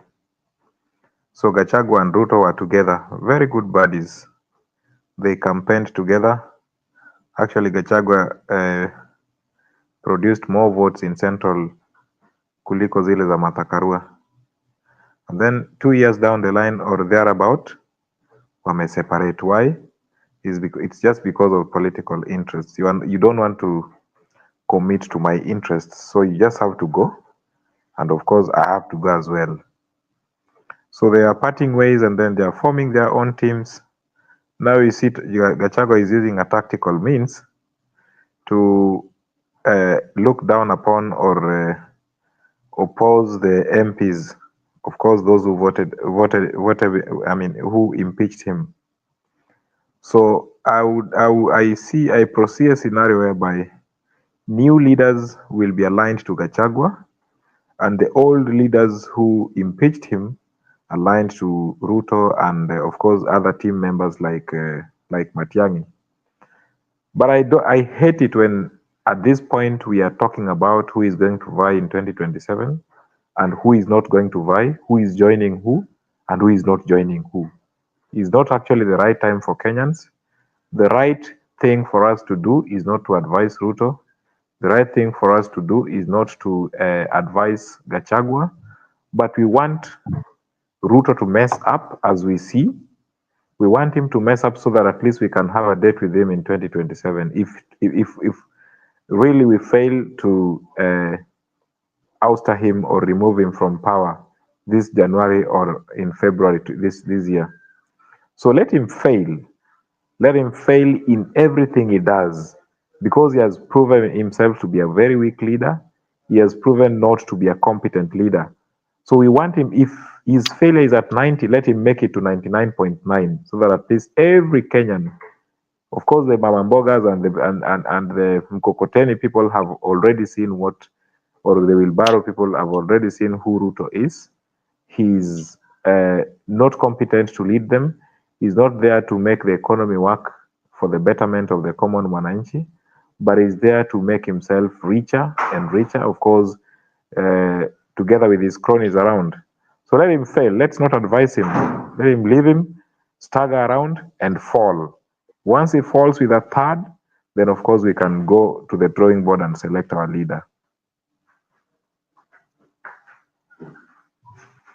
Okay, sawa. Wacha tusikie Ayaga alafu tukuje kwa Mwanawike. So Bwana Ayaga, maybe so that you can understand our discussion, we are talking about the rejection of Ruto's speech in Embu, and also the Octane politics in Moses Wetangula mother's burial, especially whereby they claim that Gachagua did an abduct worker. To what extent do you agree with that? And this issue of Embu, what would you say where Ambians have come in one voice and said that hawataki hiyo speak ya Ruto because wamemwambia tusisomewe hapa, and are you proud of such decision, of such steps? Go ahead. Okay, thank you very much Mr. Njiru. I think ulivuka mwaka vizuri. Kevin na mwana hapa na Mwanawitu, habari zenu? Na I hope mmekuwa na mwaka mzuri, mmevuka mwaka mzuri, mkawa na mwaka poa saa hii as we speak. Chenye nataka kusema, let me start with Embu.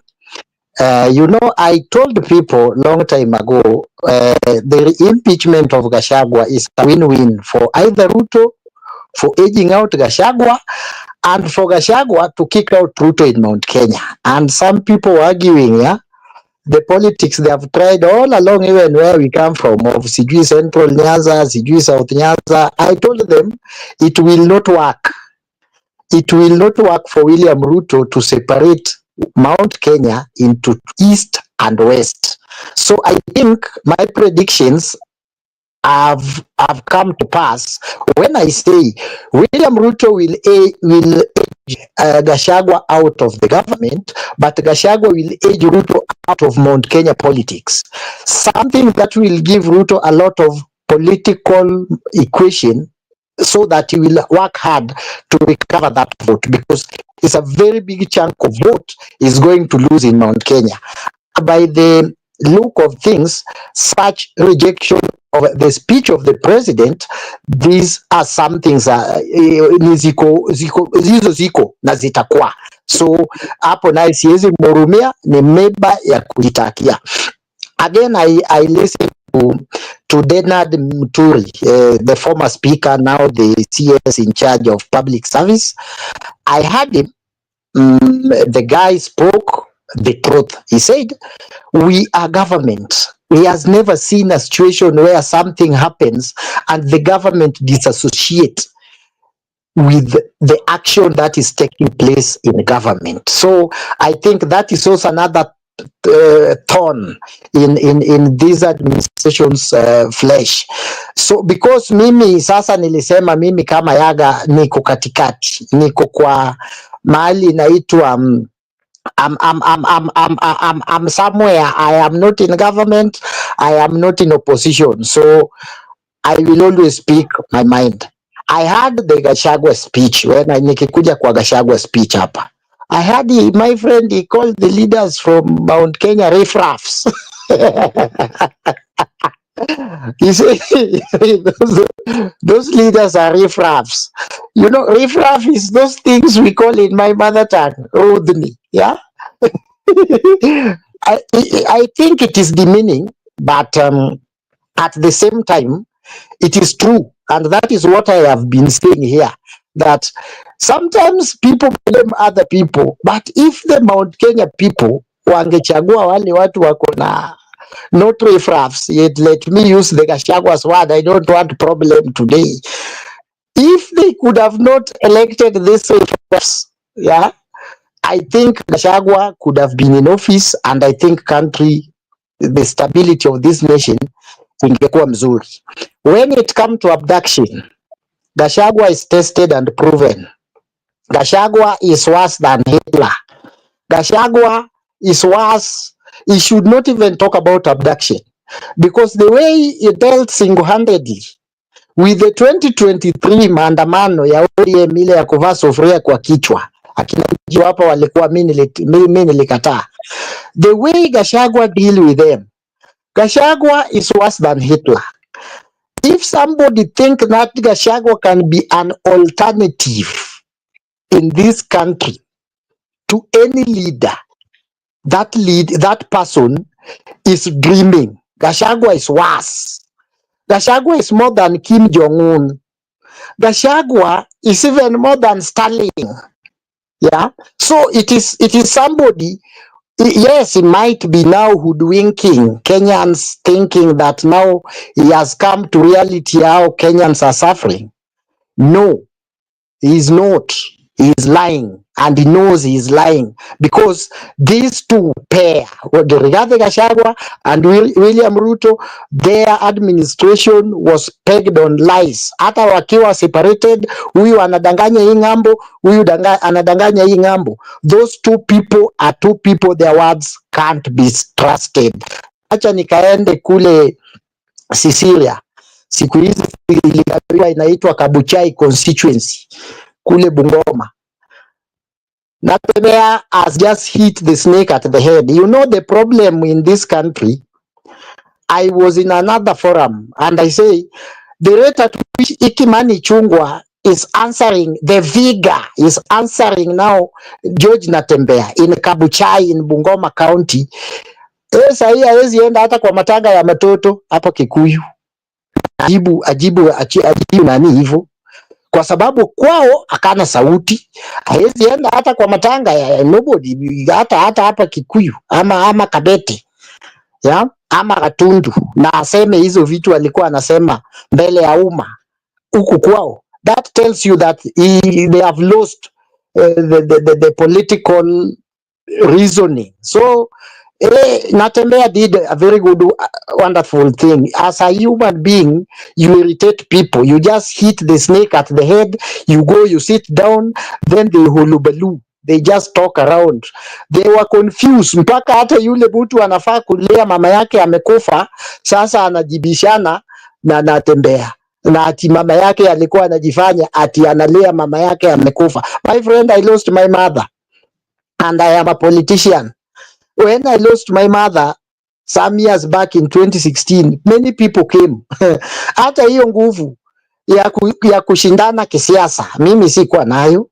Mimi sina. Mama yako mzazi, mama yule amekuzaa miezi 9. Ati Natembeya amewambia ukweli, abduction iko. Abduction iko. Hiyo ni kitu iko, everybody knows, government knows. That's why they are gagging people, they don't want us to talk about it. Natembeya akisema, Waluya they are poor.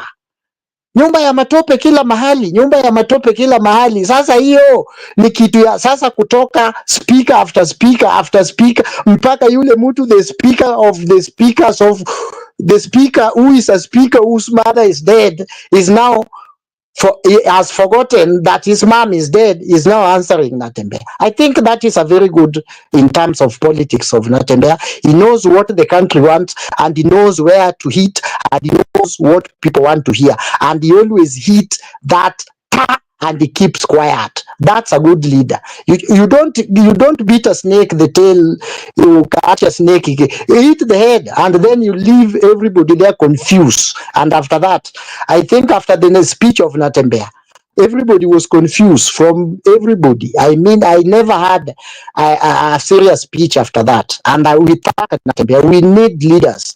We need leaders who can come out and point out the things that are happening. So let us reason like Kimani Chungwa. That's why I agree when Gachagua called them riffraffs. Kenya people voted for riffraffs.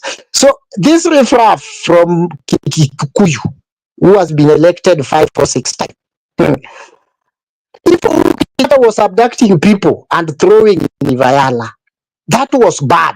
Now, who gave them the authority to abduct people and disappear and kill people, son? This riffraff from Kikuyu still don't know that 2 wrongs will never make one right. Hata mimi nakaanga naangalianga wenye wanapiganga watu kama hawa kura, yenye hakufundishwa kitu simple. 2 wrongs cannot make one right. Yes, Uhuru was doing that. Should Ruto does that? Should Ruto continue doing that because the previous government was doing it and Natembeya was the regional commission? Nobody was abducted in Rift Valley. The people were bandits in Rift Valley. Na hata kwa hii administration hizi bandits imeleta shida mpaka tumepoteza CDF huko juu ya bandits. So I think in Kenya we need leaders. We need leaders who can see if Ayaga is doing something wrong. Kevin ama mwana Kibuwitu ama Njiru asifanye hiyo kitu kwa sababu Ayaga anafanya hiyo kitu. That is a simple logic ya class 2. In fact, I think I was taught that in class 2, where tukipigana, ukipiga mtu kofi, mtu hafai kukupiga kofi, alafu anasema tulipigana kofi, so we were fighting. 2 wrongs will never make one right. Yes, even hata uwe Uhuru Kenyatta mwenye wanasema alikuwa na abduct watu, riffraff like Kimani Chungwa ndio walimpigia kura for 2 good terms, in fact 3 times. So they should not tell us that Uhuru was doing that. They should allow William Ruto's administration to do that. And I wonder who actually, I think you can't pray for somebody to die. But I think if there are people who ought to have died long time ago, one of them is Atuli. I'm not wishing him death, but I'm saying just if there is someone who ought to have died long time ago, is one of them. He is an elder who is useless. He is an elder who can't reason. Who an elder who goes to a public in a funeral and say Kenyans are abducting themselves. Surely, my friend, we need to be serious in this country. We need to be serious in this country. Even for hata kama seriousness will take us 2 minutes. We need to be serious. Thank you very much, Njiru.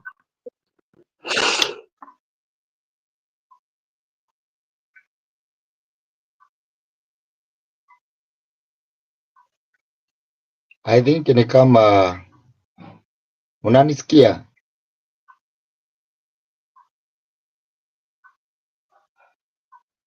Yes, I can hear you. Okay, thank you very much. I think the host has gone. Sijui. Oh, sawa. Maybe anasikiza kwa background, so you can just come in. Okay, thank you very much. Okay. Anaona ni kama amerudi. Bwana Jiro, how are you?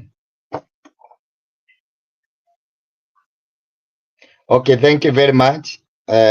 Sababu ya kunipatia huu wakati. Bwana Jiro. Yes, go ahead, nakusikia.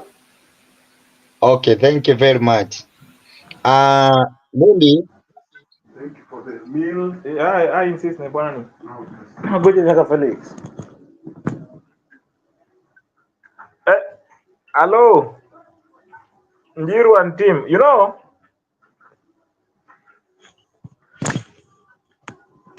majamaa wameanza vibaya sana. Anatembea amewaambia ukweli wa mambo. Sasa mtu mwenye ameingia tu politics. Bwana Kevin kidogo Mwanawito ndiye alikuwa na contribute ulikamu. Wacha tu Mwanawito aseme alafu ukuje please. Mwanawito kwa Okay, thank you very much. Nilikuwa nataka kupeana opinion zangu according to the way it is happening right now because mambo ni mengi sana ambayo yanajitokeza, tunayaona, tunasikia, na kuna kitu nilikuja hapa juzi nikawaambia, I told you another day. Hizi mambo wana shida wakiongea mambo ya ukabila, sijui nini, sijui nini, asijui wewe unatebeza mambo ya ukabila, wewe unaongea mambo ya ukabila. Sisi watu wa huku chini, sisi hatujui hiyo ni nini. Hapana, sababu sisi watu wa huku chini, sisi tunapigana na shida zenye tuko nazo, sisi tunapigana na mambo yenye tuko nayo. Sasa kufikiria mambo ya ukabila, hiyo sisi hata wao ndio wenyewe, wao ndio wako na ukabila huko juu. Number one, kuna kitu ningetaka kusema and I will repeat this sababu nilikuwa nimesema another day ya kwamba the purpose ya kumtimua mtu ambaye anaitwa Gachagua ni kumuogopa, walimuogopa. Number one, sababu walijua ya kwamba 2027 it will be harsh. It will be harsh. Hawakumfanya hivyo ati sababu amefanya mambo mengi, sijui alifanya, alienda akafanya. Sababu ujue Gachagua ni mtu ambaye amekaa kwa serikali hizi, alianzia serikali ya Moi, kakuja, amekuwa kwa hizo serikali I think zote zikiwa zimefuatana. Kwa hivyo kile walifanya ni kumuogopa tu. Walifanya nini? Walimuogopa. Ukiangalia according to the way sisi wenyewe tunaona, huyu ni mtu mwenye haogopi, sababu kuongea anaongea hadharani. Na ujue angekuwa anaogopa, hangekuwa anaongea hivyo, sababu hayuko kwa serikali. Number two, according to the way I see, ni ya kuwa huyu mtu ni kama ground inamkubali, because I think most of the people anasema ya kwamba yeye ako Mount Kenya, sijui mambo yake ni ya Mount Kenya. Another day tulimuona Ukambani, alikuwa ameenda Ukambani. Haya, siku ingine tulikuwa tumemuona huko Western, na hakuulizwa na mtu yeyote. Kwa hivyo tuseme ya kwamba Gachagua, tukubali ya kwamba yes, si mtu wa Mount Kenya peke yake. Hapana, ameanza kutokea, anaenda huku, wakisema hivi anawajibu, wakisema hivi anawajibu. Number 2, ukumbuke kile kilifanya hawa watu waende wakamjibu huko Western. Walijua ya kwamba alikuwa ameenda huko, na ujue ya kwamba Natembeya ni mtu ambaye ako na different opinions na leaders wale wengine ambao ni wa Western. So the purpose of them kuongea vile waliongea na wakamjibu ni kuwa walijua ya kwamba huyu mtu anaweza kuwa ameshikana na Gachagua, na ujue ya kwamba mtu kama Natembeya ni mtu sahi anasikika huko Western hata kuliko leaders wengine wenye wamekuwa huko. Ni mtu ambaye anasikika sana. Kwa hivyo ndio uliona ya kwamba waliweza kuongea na uchungu mwingi sana. Number 2, they are not even supposed to tell us ati sijui last regime, sijui watu walikuwa wanatupwa Rivayara, sijui walikuwa wanafanywa nini. Okay, ukifanya vitu zingine unafanya na hekima, na number 2 unafanya ukiwa umejificha sana. Unakaa ukiwa unafanya ukiwa umejificha sana. Nowadays si watu wenye tulikuanga na wao wakati wa enzi za Moi, wa enzi za Kibaki, sababu pale ndipo Kibaki alianza kuwapatia elimu, na Uhuru naye akakuja akatutoa kitu inaitwa analog, akatuigiza digital. Kwa hivyo kitu yoyote ambayo ni dogo tu ikifanyika, hawa ni watu ambao wamesoma sana. Na nilisema wewe ukiwa hapa wako miaka 15 mbele yako, so what they are supposed to do ni wajue ya kwamba kile wanafaa kufanya ni njia za kudeal na hawa watu. Number 1, watafutia hawa watu kazi ya kufanya, ndio hii idleness ya kushida kwa masimu na whatever iweze kuisha. Na kuna kitu ambayo imenishangaza sana. You cannot tell me ati serikali inakuja kutafutia watu kazi nje, badala ya ikae chini iweze kuuda miundo misingi yenye itaweza kufanya wafanye nini, watu waweze kupata kazi, ndio waache kuwa idle sana. Kimani Ichung'wah, Atuoli, Mbadi, Junet, hao lazima waongee mambo ya serikali sababu wako ndani. Hauwezi walaumu sababu wako pale ndani. Hapo ndipo wanakula na mtu hawezi ongea kwa ubaya wa boma yenye yako ndani yake. So lazima waongee yenye wanaongea, lakini wajue ya kwamba Gachagua wanamuogopa na ni mtu wa kuogofya. Wanamuogopa na ni mtu wa kuogofya. Huyu si ule mtu ati unaendaga sijui unamuataki hivi hivi. Si mtu mwenye unaendaga sijui unasema nini nini. Hapana. Ground iko na yeye. Number 2. Some of the leaders ambao watamfuata, most of them wenye hawatamfuata, na kuambia mbele ya Mungu wataanguka. Tuko na nyinyi hapa. Hilo tu ndilo ningetaka kusema, sababu ujue ya kwamba ile kazi Raila alikuwa anafanya ndio imechukuliwa na mtu ambaye anaitwa Gachagua, na ujue wananchi wanataka mtu mwenye atawatetea. Uwe mbaya usikuwe mbaya, ni mtu mwenye ako na wananchi. Hivyo ndivyo watu wanataka, hakuna kitu ingine. So hiyo ndio opinion yangu.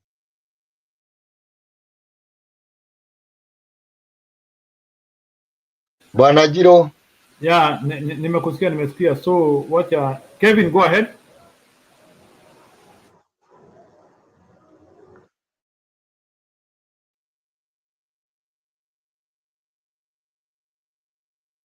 Kevin, go ahead. Ulikuwa umekuja. Kevin amepotea. Kevin, go ahead. Kevin? Kevin, unanisikia? Yes, I can hear you. Jiro. Yeah, you can react. Ulikuwa nataka kusema. Oh, he left at a point where he was talking about Gachagua, of course.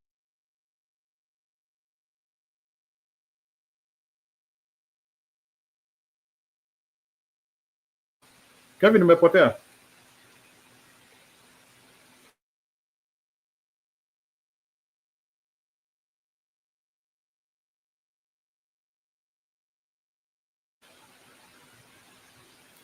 Yeah, I think Kevin amepotea, sijajua ni kwa nini. So umesikia maoni ya watu. Kuna swali nimeuliza hapa, majority ya watu wanasema okay, Kevin, go ahead. Yes, oh, yes. Okay.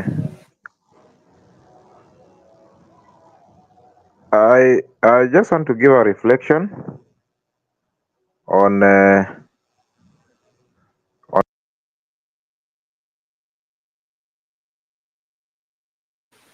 Okay, unazimika pala Kevin.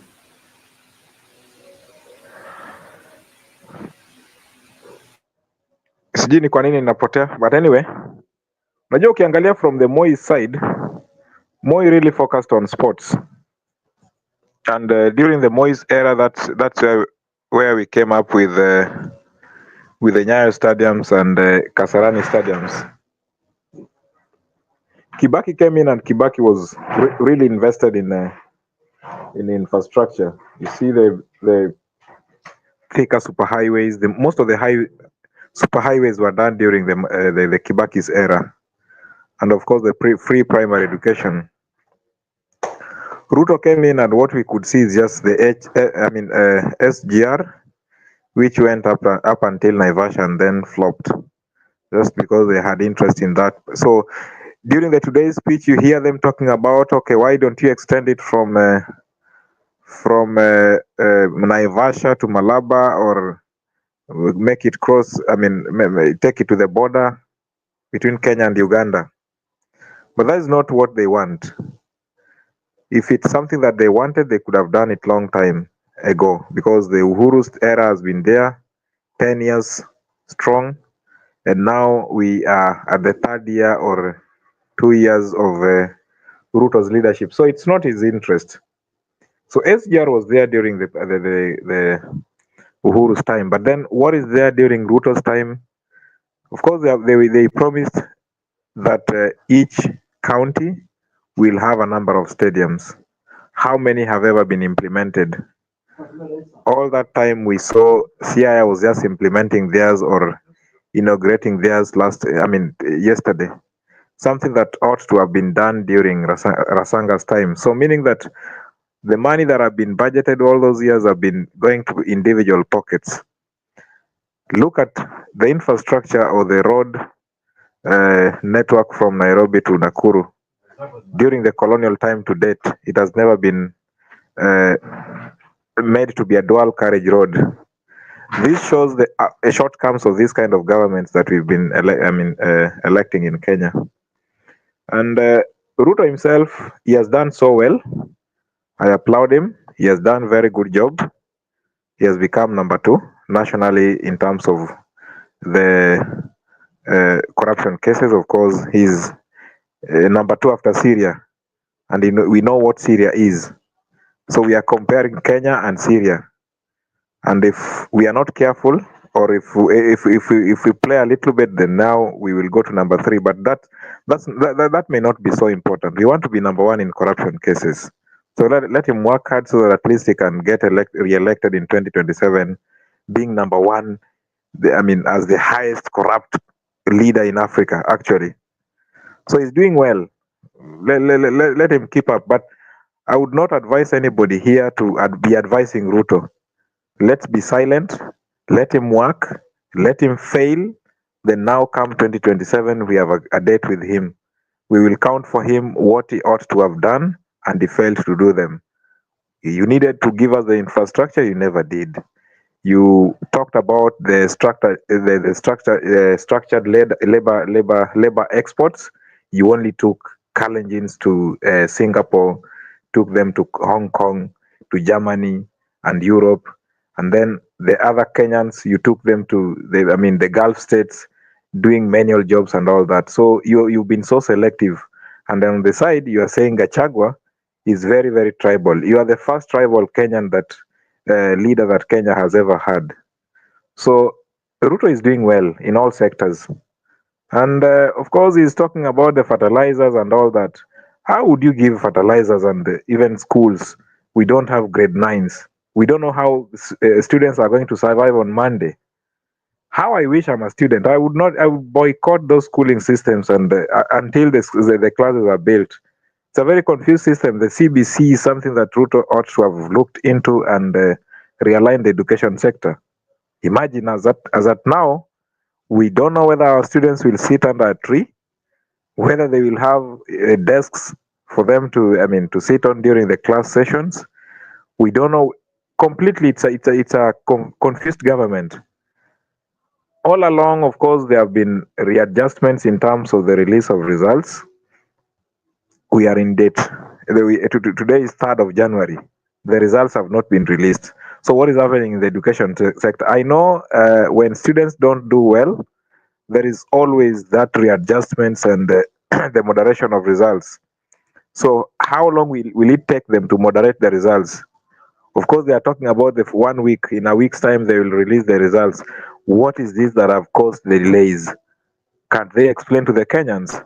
And of course, it will happen. You will see it happening that most students will go to TVET schools. Of course, they have been. It has been the cup of tea of Ruto, and a small number of students will go to directly to the universities.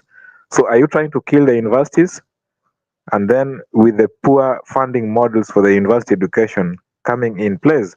So Ruto is just trying to kill all the universities so that at least he can buy them and put them as these private universities and call them Ruto universities.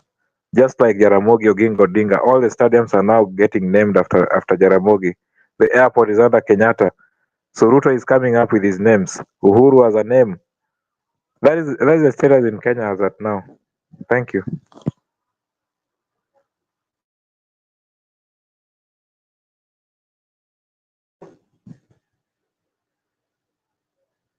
Sawa bwana Kevin, I think that one is in order.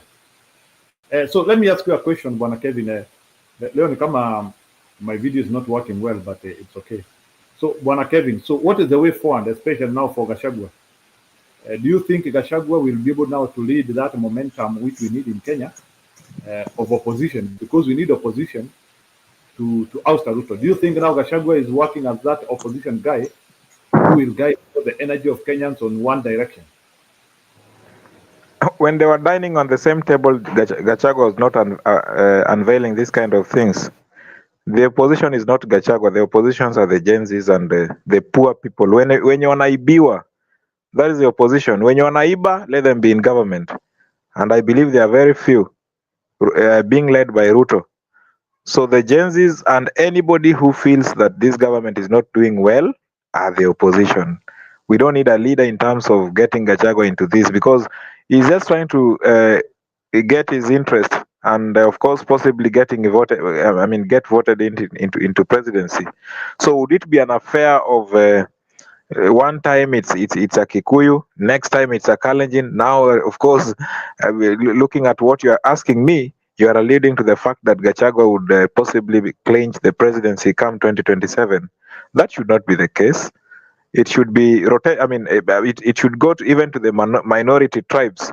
Let's next time get a Mijikenda or maybe the minority tribes in Kenya.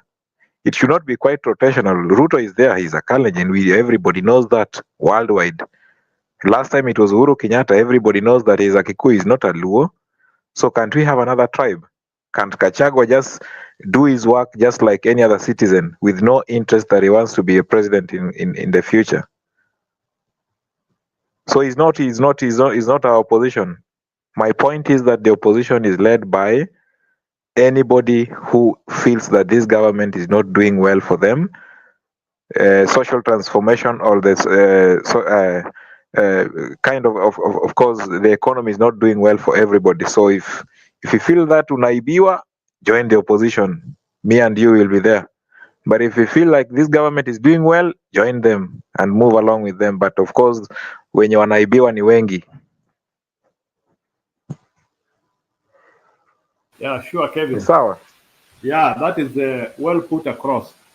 So, okay, that is well put across. So let me know that now, if that is the case now, and you are explaining there is a civil action happening in Kenya. Civil action is where the people of common work, the common mwananchi, is able to understand himself and is able to intelligently choose whoever will represent him without having necessarily to rely on the usual leader and delegate his powers to them. So if that is the case, according to you, Vile nimesikia ukielezea, so can we now say that Kenyans can guide themselves without having to be cajoled by obvious leaders, and they will be able to choose one person as their president? And through that action, there is a possibility that William Ruto is going to lose power. Is that what you mean, Kevin? Definitely. Kenyans are learned people. I keep on telling you this, that majority of Kenyans are learned. They can read Kiswahili, they can read English, and possibly majority of us can read as well in other languages, Spanish and French.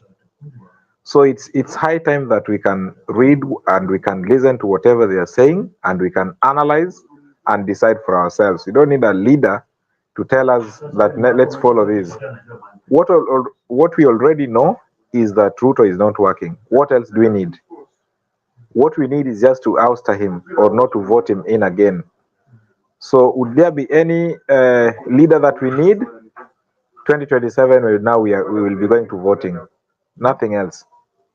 And of course, as I think it's Francis Bacon who says that the people will put you into power, and the same people are the people who will remove you from power. It's high time that Kenyans will remove Ruto from power, if indeed the allegation that he was voted in by the Kenyans is true. But if it's false, then of course it's a first time that is going to serve as one-term president in Kenya. So let him pack and go home.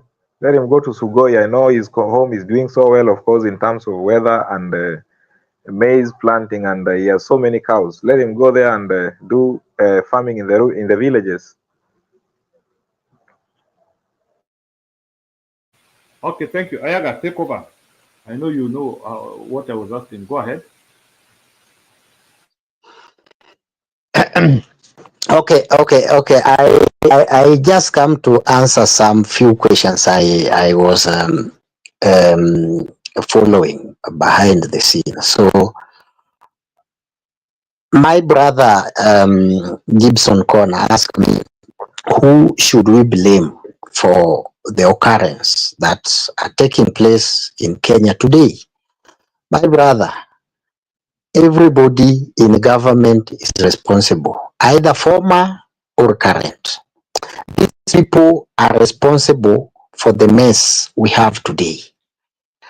This government may be a catalyst just to speed up the reaction or doing the wrong things the wrong way that people are now feeling it.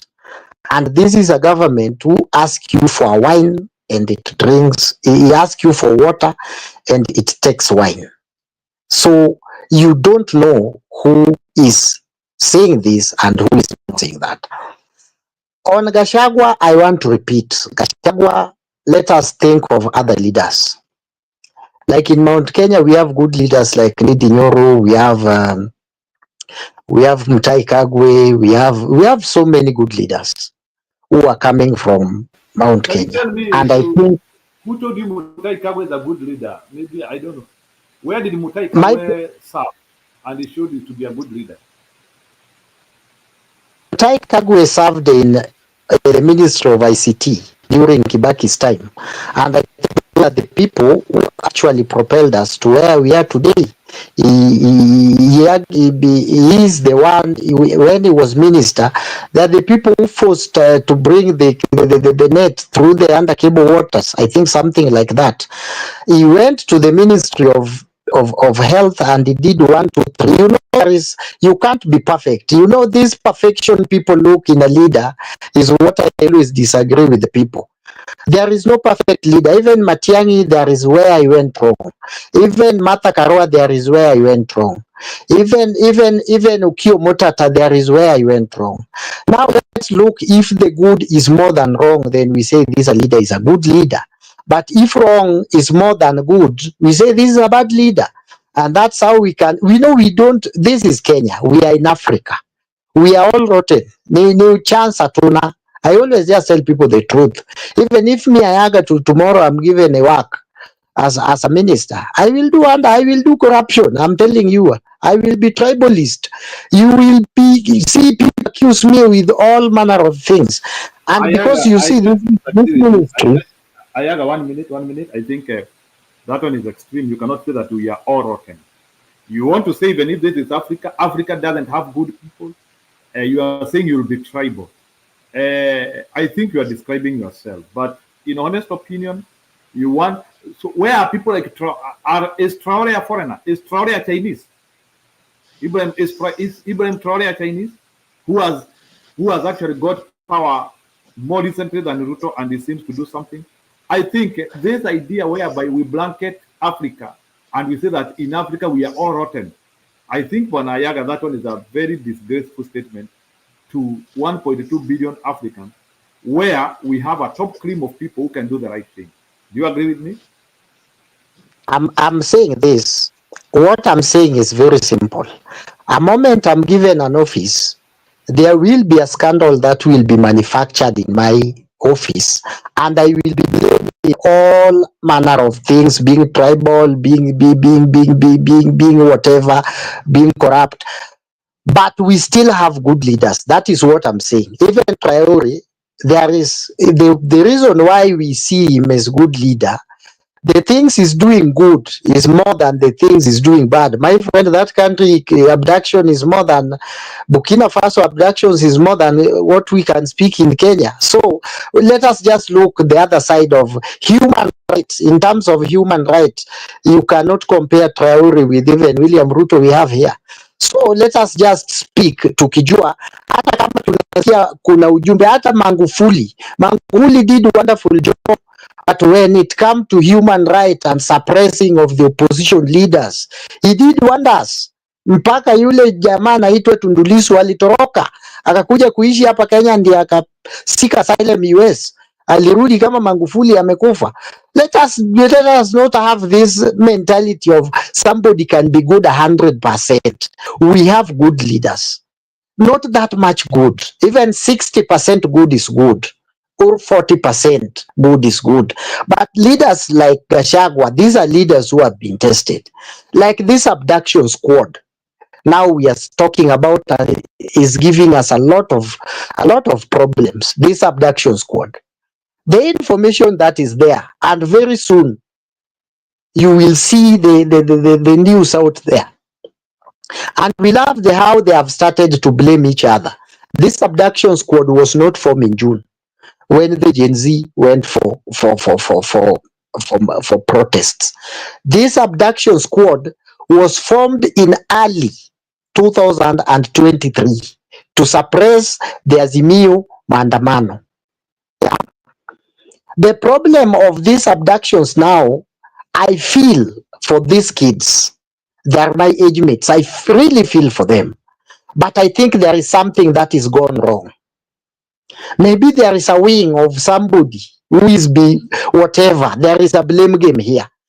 But I think... No, Bwana Yaga, but the way they... Wait a little bit. Because now they are blaming that this abduction team, even regarding Gachagua is involved. Why did they not remove everything of Gachagua from the government? I had the office of DP lost everybody. So how can we start saying that there are some remnants of Gachagua in the government, and those are the ones who are abducting people? I don't see that one making sense.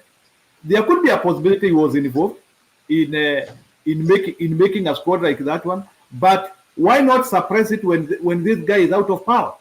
So do you want to tell me that Gachagua footprints are still haunting this government?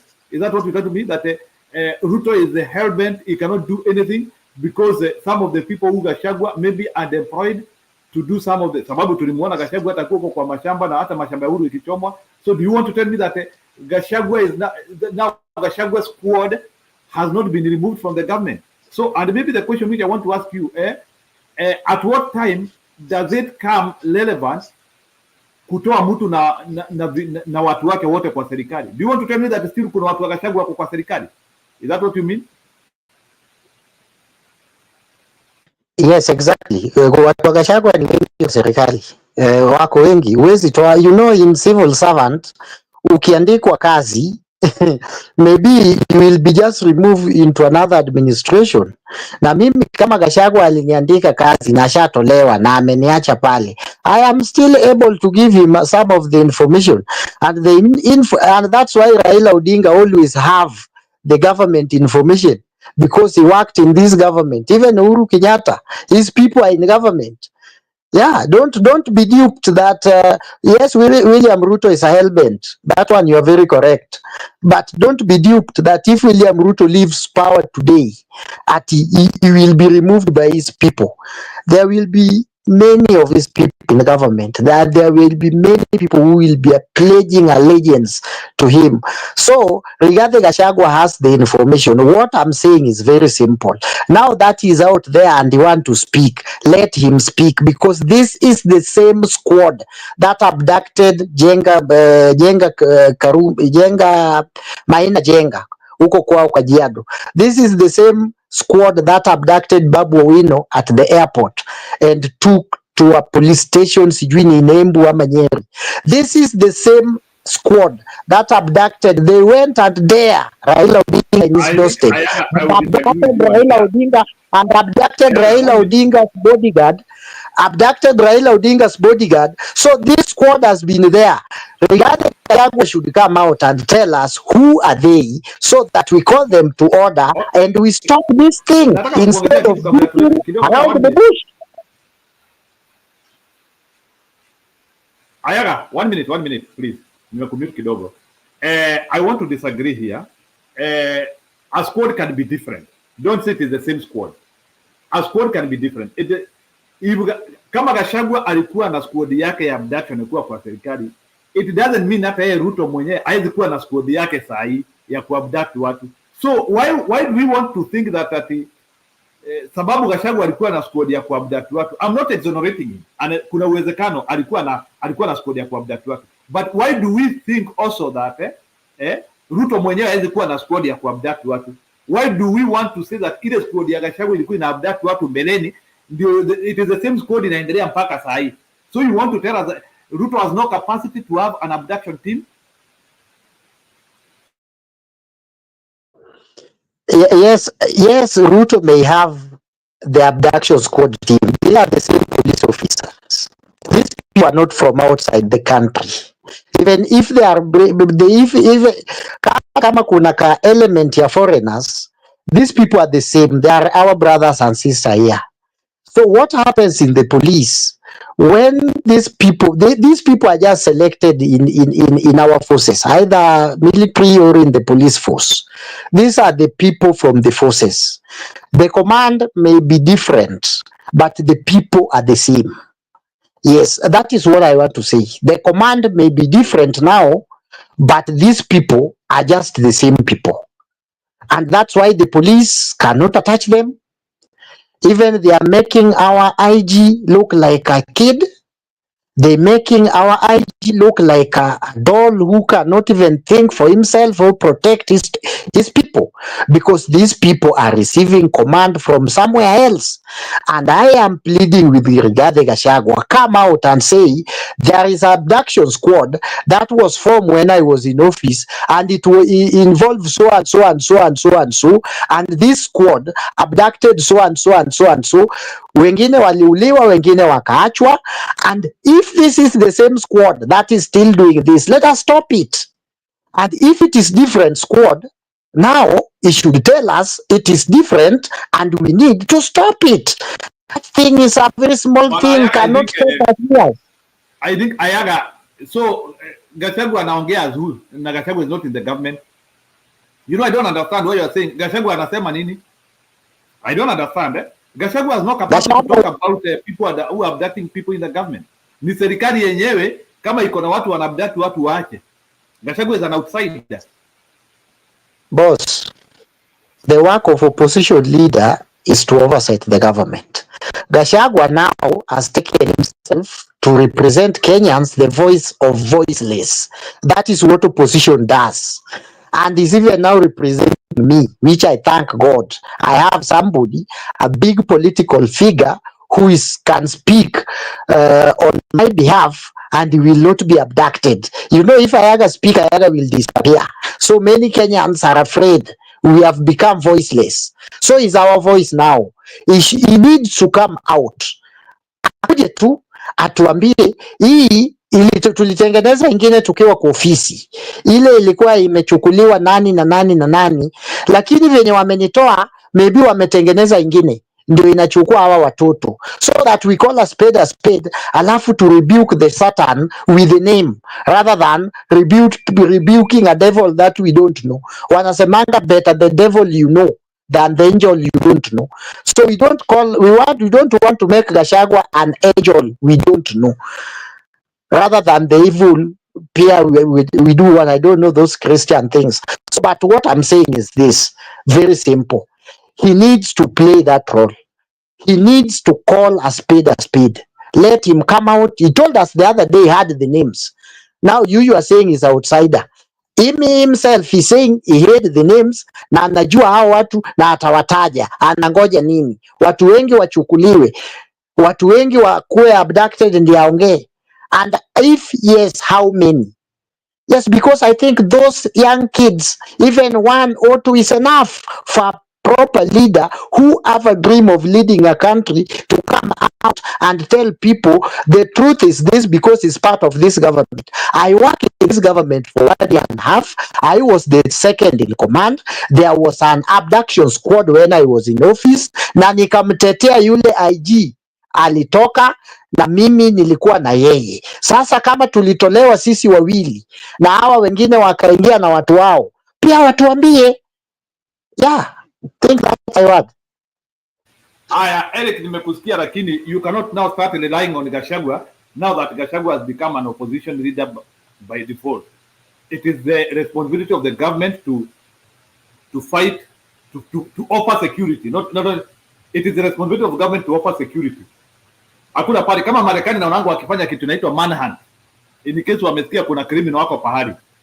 So you cannot say that at the serikali ya Ruto, it cannot do manhunt of any criminal who is doing anything. It is simply that Ruto has their Sikatai abduction team was there even during Gachagua. But what Ruto administration has done, they have reconstituted it. You know what you can do when somebody gets out of power, and these are things which happen. Kama kulikuwa na abduction team, mnabadilisha watu. Hata wengine Gachagua hajui. Gachagua hawezi jua wengine. So Ruto ile kitu wanafanya, wengine wanasema sasa toa hii. Hii ingine ilikuwa na huyu mtu, toa hii. So you reconstitute it again. So even if we expect Bwana Gachagua to know all the abductors, hawezi wajua sababu that is how our government work. Any person who was aligned to yule mtu ambaye ametolewa, watu yake wote wanatolewa. Inaitangwa sieving. You have to sieve. And I don't think that Ruto is an idiot not to sieve the government. Ati watu wote ambao walikuwa aligned kwa Gachagua asiwatoe. Hata hiyo abduction team, it is a very sensitive team. You must be aware, na hakuna vile kama hiyo team ilitengenezwa na watu wawili. Sasa hii lazima ikue either wameisuppress ama wamereconstitute, but it cannot be the way Gachagua left it. Kama Gachagua ndiye aliacha hapo. So bwana ya hii vitu tunajua how they do. That is why hata ile wakati Ruto alisema ile squad ya sijui ile alikuwa anasema sijui mapolisi wagani atatoa hiyo, akaambia Wakenya anatoa hiyo, kumbe alikuwa anatoa hiyo ili alete ingine. That is what they do, they reconstitute. So even the abduction team has been reconstituted and reassigned. But na kubadilisha some figures here and there and changing the chain of command. Inakuwa sasa kuna kule ina report sasa. So Gachagua might have been part of constituting it, but he is not aware of it right now. Once you leave government, that you are blocked.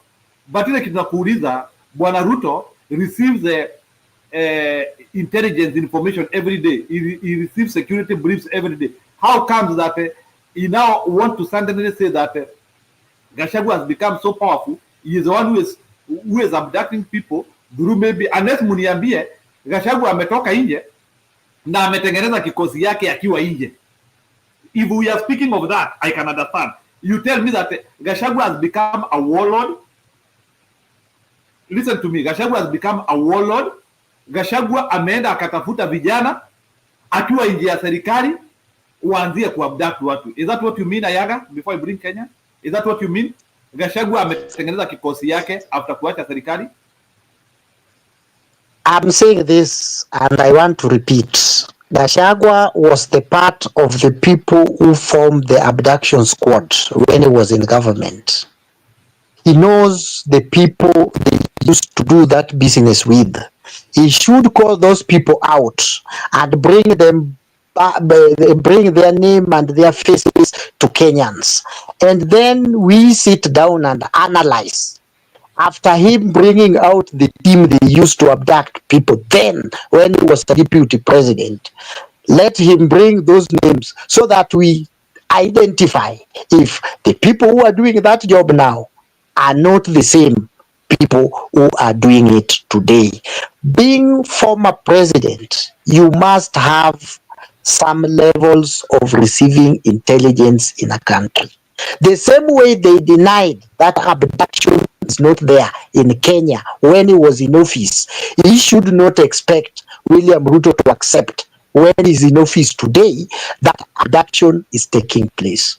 That's why this abduction thing is irritating everybody in government. They don't want to accept it. They don't want to associate with it. And that's why they are trying to create rumors as Kenyans are abducting themselves. You see? They don't want to blame Gachagua for it because if they blame Gachagua, Gachagua may bring a vital information that will shock everybody. So they want to blame Kenyans.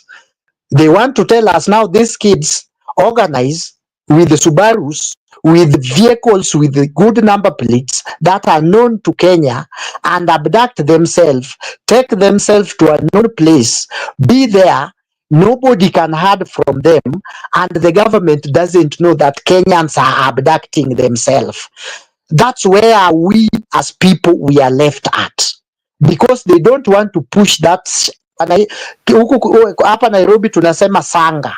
hawataki kusukuma hiyo sanga kwa Gachagua kwa sababu Gachagua anaweza lipua.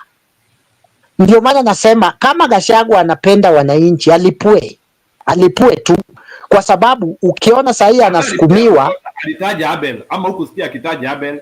He talked about Abel, he talked about a house in Nairobi for 21. What else did you want him to say? You already mentioned the people abducting people. Nyari house has been there. That is a torture chamber since Moi left that house there in Westlands. So, but he said, Gachagua said, so there's the idea whereby people are trying to say that it is Gachagua who is abducting people, or people are able to kuulize, of what benefit would the Kenyans want to abduct themselves? Ni swali tu nakuuliza Yaga, because I don't know, I think you are better, you are bigger than that nonsense.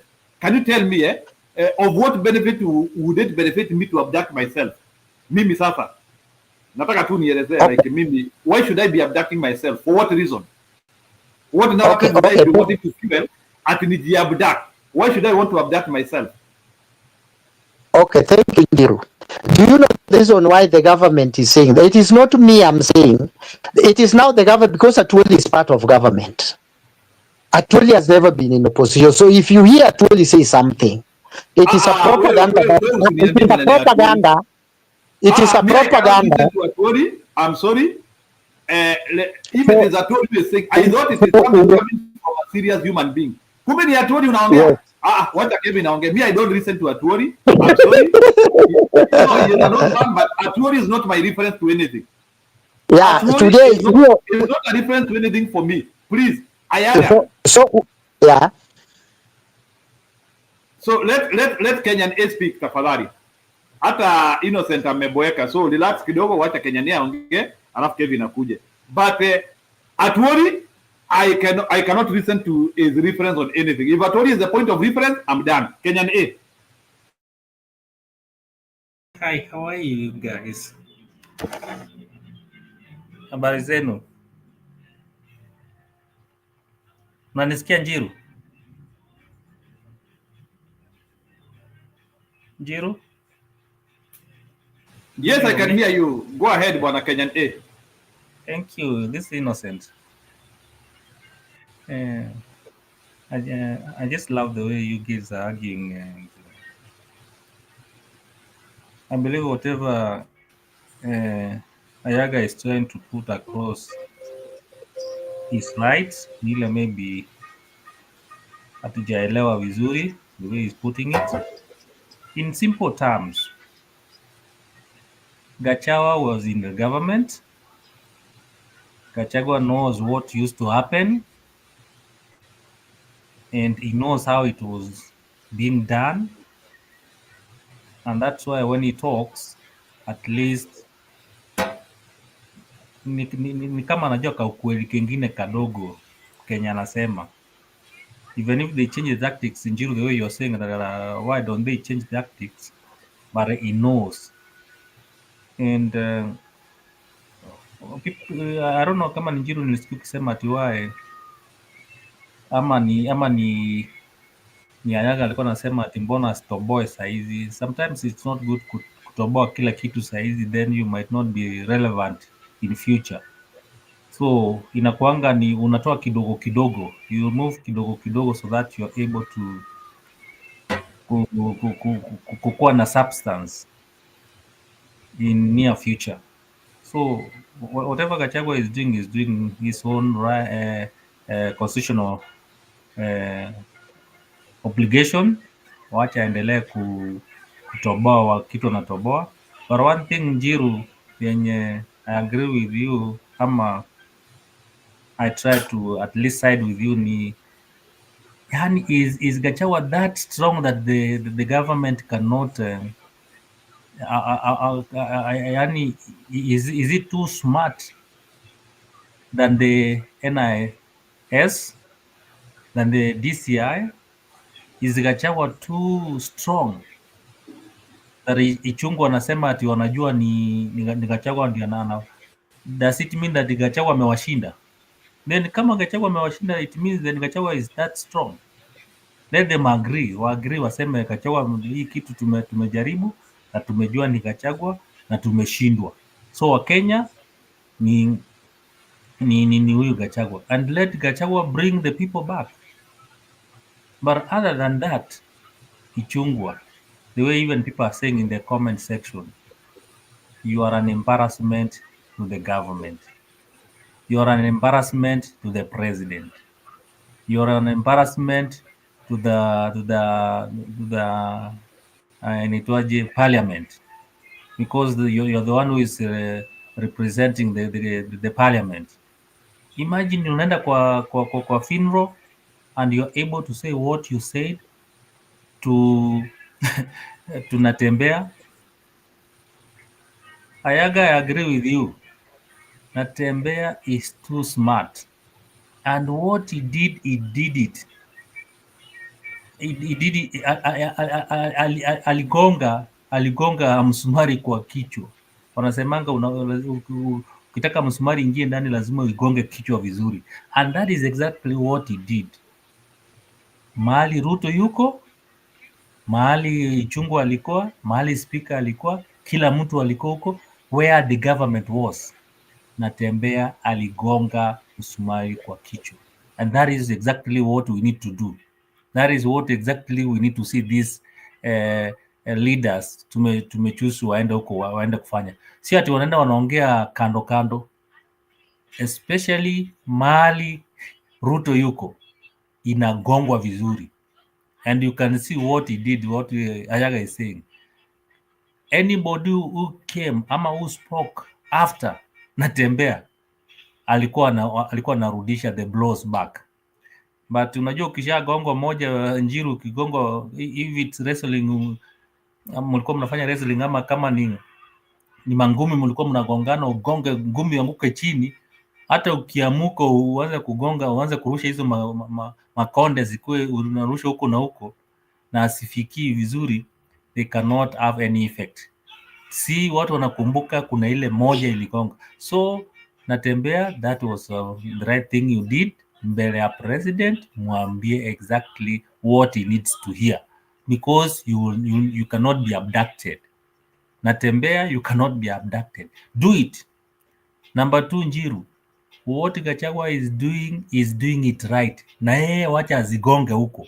And that's why I was telling you, Njiru, that every person should start throwing this hizi makonde, wacha sirushwe, and especially those who are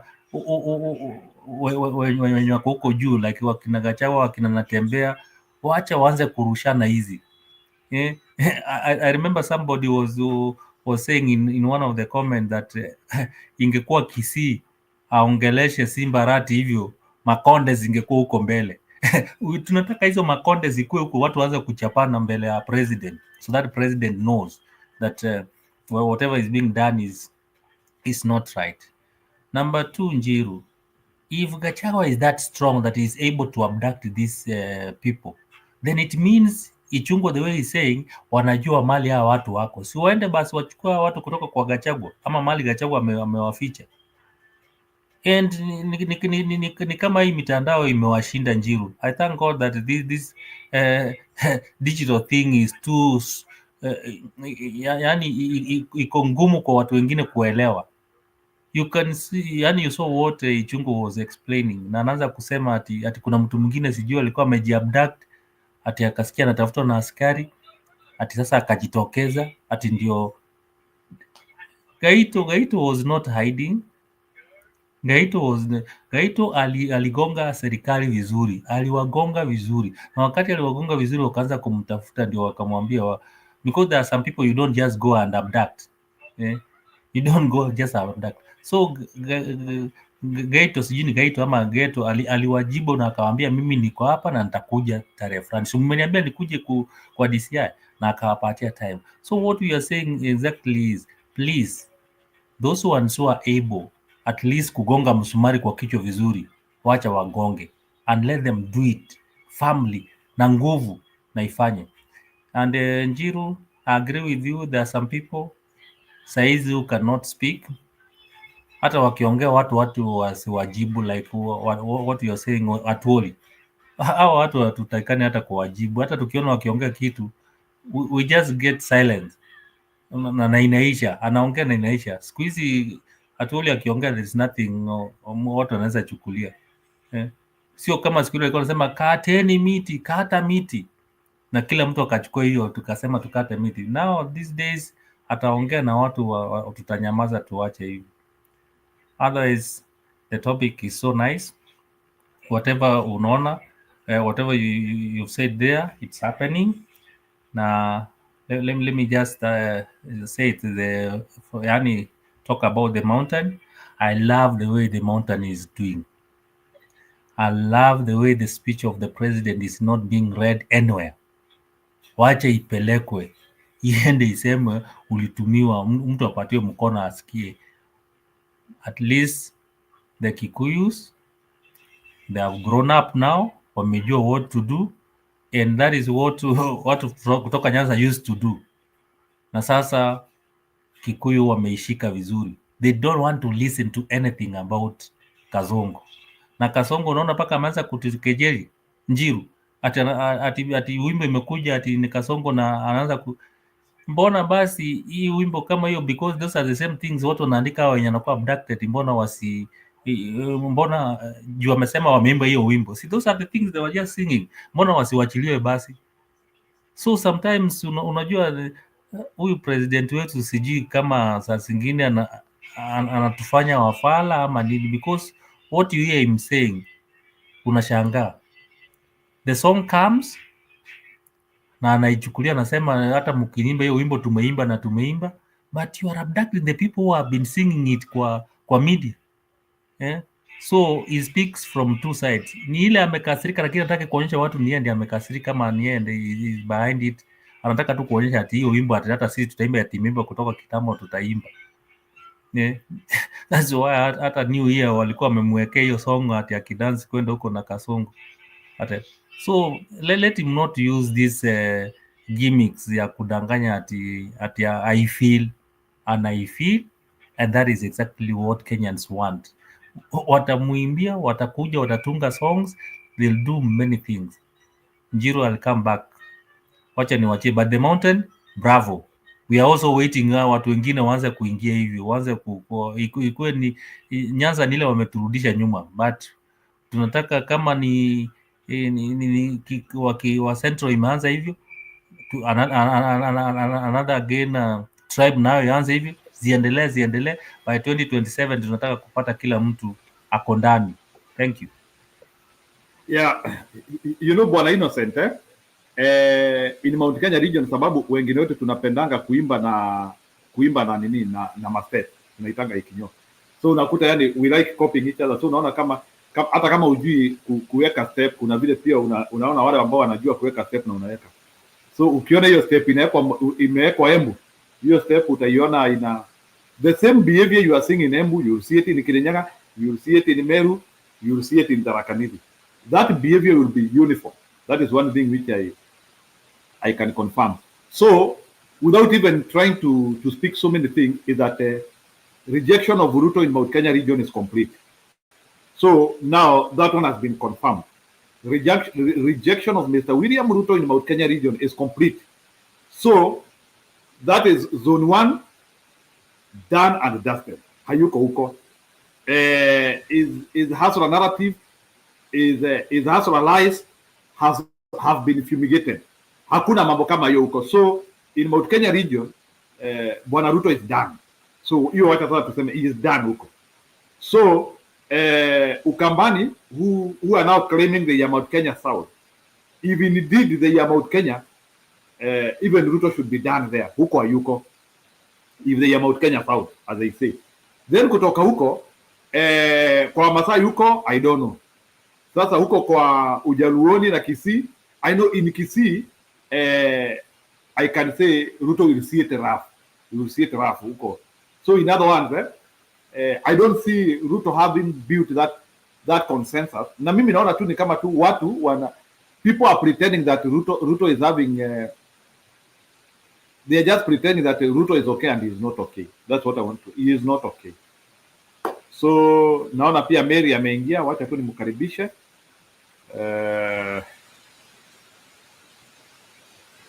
Mary, habari yako? Vizuri sana. Habari zenu Wakenya wetu, ndugu zangu popote wa mko, na wasalimia salamu za mwaka mpya. Ni vizuri kuambiana ukweli, because we cannot go wrong when we are talking the truth, because that is where we can be able to rectify ourselves and see who is doing wrong, rectify them, and they should accept, because as somebody there said, nobody is perfect. We believe that nobody is perfect. That is true, very true. But there are people who go beyond not being perfect, but being evil. You can imagine that difference. So why do I say so? I think this guy is in a deep cult. Deep cult. He is really in deep cult. Ile ambayo hatujawahi kuona. Sababu hakuna mtu ambaye huwa anafanya ile mambo anafanya kwa nchi yetu akiwa timamu. This guy is possessed with a lot of evil.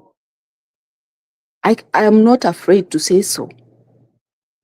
Sababu hata ukimwangalia yeye mwenyewe utaona huyu mtu hana nia yoyote nzuri kwa yeyote. In fact, even I don't know what happens in his house, as I said the other day. I don't know what goes on in his house. Sababu huyu mtu hana peace in his mind. And somebody who has no peace can do anything to anybody. Musifikiri huyu mtu ati kuna wakati atakuja kuchange awe. We are not waiting for that. The only thing we are waiting is disaster from this guy. About skills zeni. Huyu mtu alisema alikuwa anaongelesha politicians and telling them you don't go to look for being popular, but doing the right thing. How can that happen? How can he even utter those words? Doing the right thing.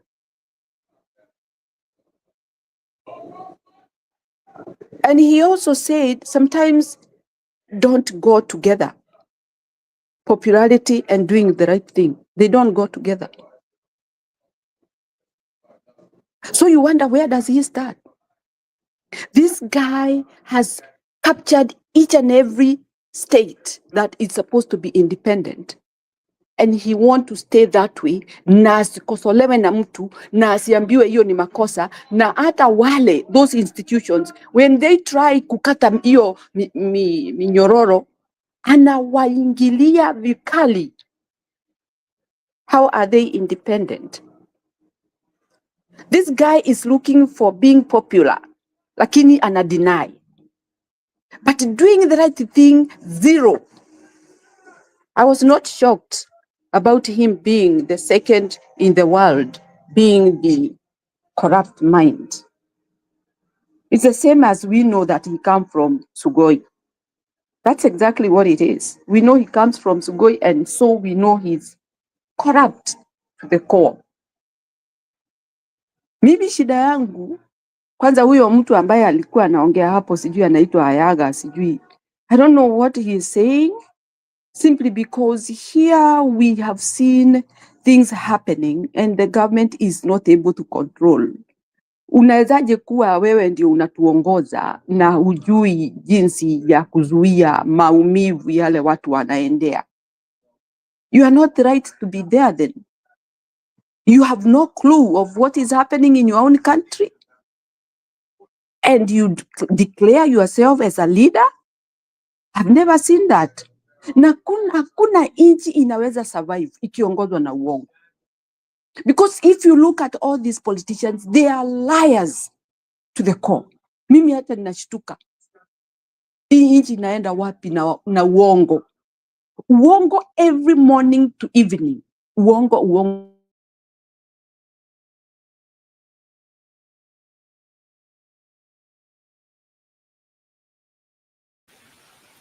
Am I the one who has lost Mary or she is okay? Na ni wao wamefanya. So I just wonder what is going on with our country with all this uongo. Where are we heading? Ni gani tumeambiliwa? Hata hao politicians ambao wanafuata huyu evil man, they cannot even be able to kosoa this guy. Wamwambie, no, we can't do that. So they are all liars. Na liars, they can take you nowhere except make you forget about your life. You become miserable, frustrated, until you reach to a point that you think you can even end up your life. Can you imagine how serious it is? Kwa sababu mambo ni mengi watu hao wamefanya. Ebu enda kwa hiyo clip ambayo huyu Zakayo alikuwa amesimama hapo ati anapigia hao watu ambao wanajenga barabara, sijui walikuwa wanajenga nini huko Kisii, ati anamkemea, anamwambia sasa wewe unashindwa, anamwambia hivyo. And labda this guy has not been paid, lakini hawezi kuargue na huyu evil man kwa sababu ameona watu wananyakuliwa, so he just keep quiet. Kwa sababu ni nini hiyo? Unaweza kuwa umelipwa na unasimama hapo mbele ya leader watu wa nchi ati kwa sababu hujaifanya na umelipwa. This guy has not been paid. Hizo pesa zimekuliwa, lakini hawezi kuargue because those people who are standing there, they are evil. Ni mahaina ambao wanaongoja useme chochote, jioni hutapatikana tena. And that is what is happening in Kenya. Nchi yetu imeharibiwa. In fact, when a leader is called corrupt in the whole world, we are also being included in. Ata ukienda nchi nyingine, Wakenya ni corrupt. Exactly, that is the name that we have been labeled. Tuna shida kubwa. Hatujui tutajitoa hapo aje. Court, alisema ati court sometimes decides to be popular. Court are not deciding to be popular. If they rule against this guy, that is when he says they are deciding to be popular. Wakirule the case accordingly, according to the law, yeye sasa sayo anasema they are deciding to be popular.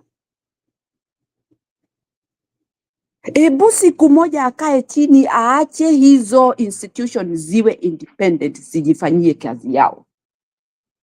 Muone vile nchi itakuwa. Because that is what we are looking for.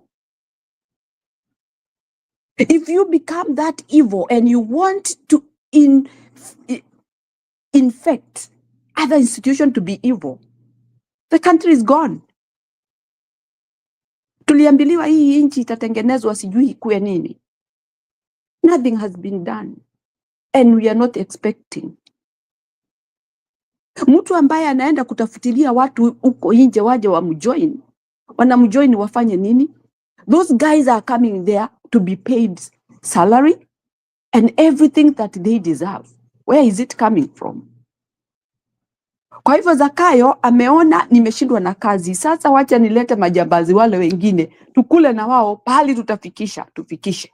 Because we are not expecting any outcome, any good outcome of all this amalgamating, coming together, colluding, so that they can talk one word. Na mimi kile nilifikiria, hawa watu hawaletwi hapo wafanye kazi. Ni vile sasa wao wamerundikana, wanajuana. All of them, they know each other. They are hyenas. Nobody is good there.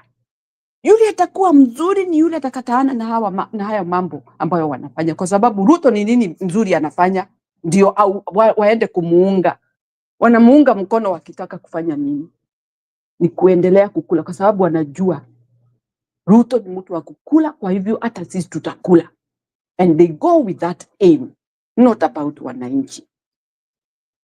Uhuru alisema ati 5 yako sijui ngapi yako ya mwananchi ni 1 ama 0, because it is 0 right now ya mwananchi. Mwananchi hapati kitu. I had something that I came to be very are scared of. Huyu ambaye anaitwa Maina Njenga, there was somebody who was talking and saying that he has a very big land somewhere. And many youth have been kept there. Maybe that is where they go to take oath, to do whatever they will be instructed to do. So when you look at this guy and the people, neighbors who knows what he does, he's also worse, the worst criminal we would be having in our country. Ikiwa unaweza tafuta watoto wa watu wasomeshe bila kumwaonyesha jinsi ya kuishi maisha mazuri, unawaonyesha vile watakuwa Al-Shabaab. What are you? You yourself is the big Al-Shabaab. Na mimi hata nikashtuka sana kuona Maina Njenga talking about the raisi akuje atembee mlima. What has he done so that he can come to visit? Who are you, Maina, to tell us when we are losing our children in the whole country? We are talking generally, we are not talking about Mlima. Mlima is nothing to people who have lost their children. Kenya will become nothing for parents who have lost their children. I'm telling you. Those parents don't even know whether they are standing on the ground. They feel so bad. They are very devastated. Very angry too. Because my child, who I have brought up with all my effort and my energy, and caring for that child to be a good person, have been taken by a human being, but not a hyena. There are no animals that are eating these children. Ni watu ambao wako na akili. Watu ambao wamezaliwa kama huyo vile amezaliwa. Once you lose a child, and then you start comparing those children with the properties, who are you? Who are you? Properties. We can build buildings. We can reconstruct buildings. But we cannot bring a soul. We cannot bring back a lost soul. Hiyo ndio kitu ile muhimu sana watu wafikirie. Na hata huyu mwenye anachukua watoto afikirie sana. One day, one time, you'll be on the same soup. Same suit. Ndio ujue uchungu vile unakuwa. So for me, I say Kenyans, we have a country that has been led with lies that are not ending. And I just wonder, when will it end? And where are we heading? Hawa watu, they are the most paid evil people. Watu ambao hawajali maslahi ya nchi yao. Mimi nashukuru kwa kunisikiza wenzangu. Nitarudi tena. Asanteni sana. Okay, thank you, Mary. I wanted to give you a chance, lakini nataka kufunga kituo saa hii. So please, we will come again. So please, kama kuna mtu wako na contact ya Kenyan Revolutionary, you can also share it to me through the email. Nitafurahi. Tunajaribu kutafutana. So bwana Kenyan A na Kevin, mnaweza weka wazo moja in 1 minute tufunge. I will come later on. Okay, Njiru, thank you. We'll continue making sure that we blow the trumpet, and as the Bible says, you remember during wakati wa Abraham huko nyuma, nilisikia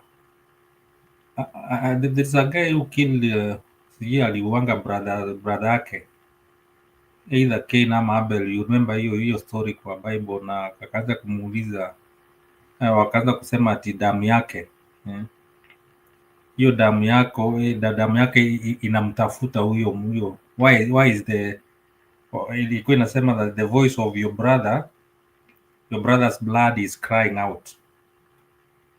So hiyo ndio kitu nitawachia, niambie Ruto mali yako, damu ya wale wenye wamekufa itaendelea kumlilia na itaendelea kumfuata. So if he's a Christian, he knows what happens, na wataendelea kumfuata. And one thing I've come to agree with Gachagua is that aliambia IG usipochunga Ruto atakurukia na atakuachia hiyo mizigo, and today we saw what happened.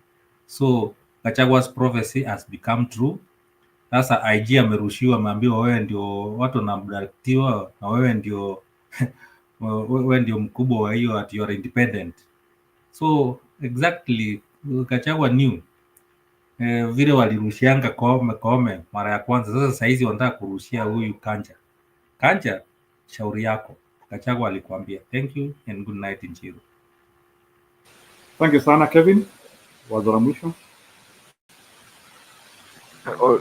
Although I sent your message in the chat box, but my last words would be that people going next to Ruto ideally are people, some of them have very bad track record in Kenya. Maina Njenga is one of them. And that is something that creates a very bad eyebrows in terms of who or where are we heading to. So my final appeal to my fellow Kenyans is that we need to ensure that Ruto doesn't go up until 2027. Let's see him out of the presidency, because we are the people who are going to suffer most would Ruto remain there until 2027. Without much ado, I look forward to more debates. And of course, I've been in these channels, different channels altogether. Even after this, I'm going to another channel to talk about Ruto and his bad governance together with his people, and looking forward to ousting him from this presidency. Thank you so much.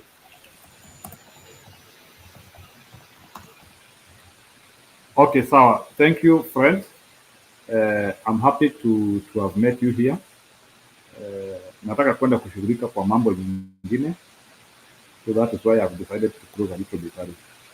It's unfortunate that I've not been able to offer you the good quality time you highly need. I will also be going to work on my issues of internet as well, ili sasa kesho tusijikute na hii mashida tena. So keep the fire burning. Maybe just to say, kama kuna mtu anataka kuconnect na mimi, you can email me. If you email me, we can talk from there. Kwanza tunaongea, tunakaguana, tusikue tunaongea na moyo ama watu ambao hawako kwa hii vita. So that's our channel. Ukitaka kusubscribe unagonga hiyo haraka na unaingia kwa channel yetu, and that's our email.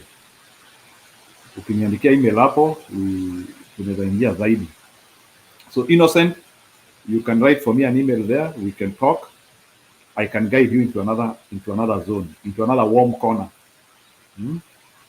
Yeah, this is a warm corner. I can take you to another warm corner. Any person who wants to connect with me and you want to be in another warm corner where we can interact again, you can email me. So that is my email. You can email, I can sijui kama niite high table.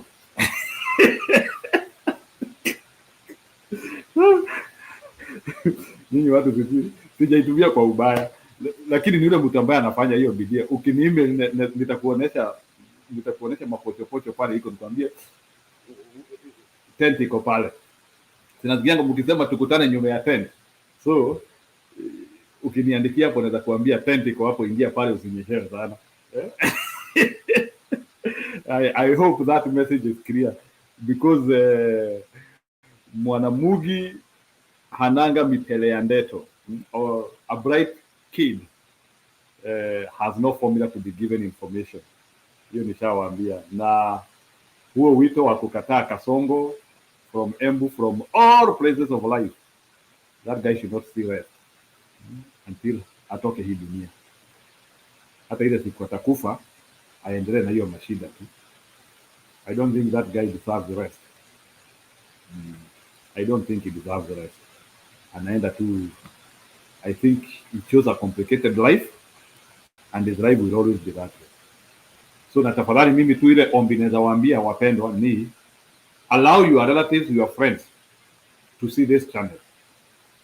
Gladys, Mukambu, Gradwell, Guys Corner. Na Guys Corner usisahau kuni your number tena. Sijui nili just email me again so that nikuingize kwa hiyo kona nakwambia. Mwage Jambura, as Mukambu, as Jiro has my address. Yes. Any person, ndio nimewaonesha email yangu. Ukiniandikia email, I will connect you to whoever you want to. So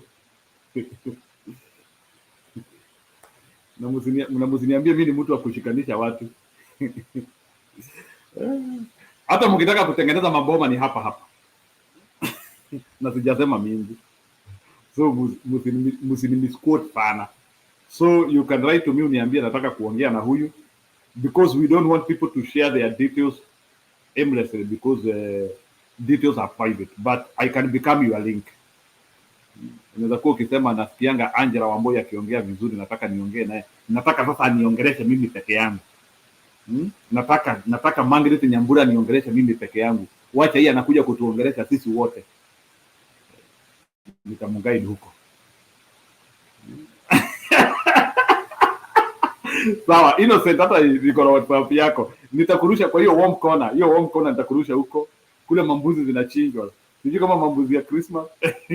Bila lazima pia Embu, congratulations. Embu mavano huko. Naongelesha kidogo. They are the true definition of hatupakangwi mashuru. Sijui kama mmesikia hiyo. Hawapakwi mashuru. As Mukana anasema, I mean email address. Yes, I have everything about what's your email? Iko hapo. Gladys, hebu angalia channel hapo chini. Converse and transform. That's what we are doing here. So we are conversing and transforming at gmail.com. That's why nimetengeneza email ya power sana. Our email is converse and transform. Are we not conversing and transforming? Hey, Kevin anasema tunataka wedding. Okay. Wewe Kevin, kama umeidentify ni sawa, unaweza niambia. Siongei zaidi. Unajua kuna uwezekano you have identified among the many. So ukiniambia I will pass information. So convert and transform, that is my email. So I have not said that I have private members. I am not saying I have private members, lakini kuandika email is a personal initiative. Emi. So if you write an email and you want to be part of the dialogue away from here, you are free to do that. So that's why my email is converse and transform. Remember, we don't have a way of connecting with each other.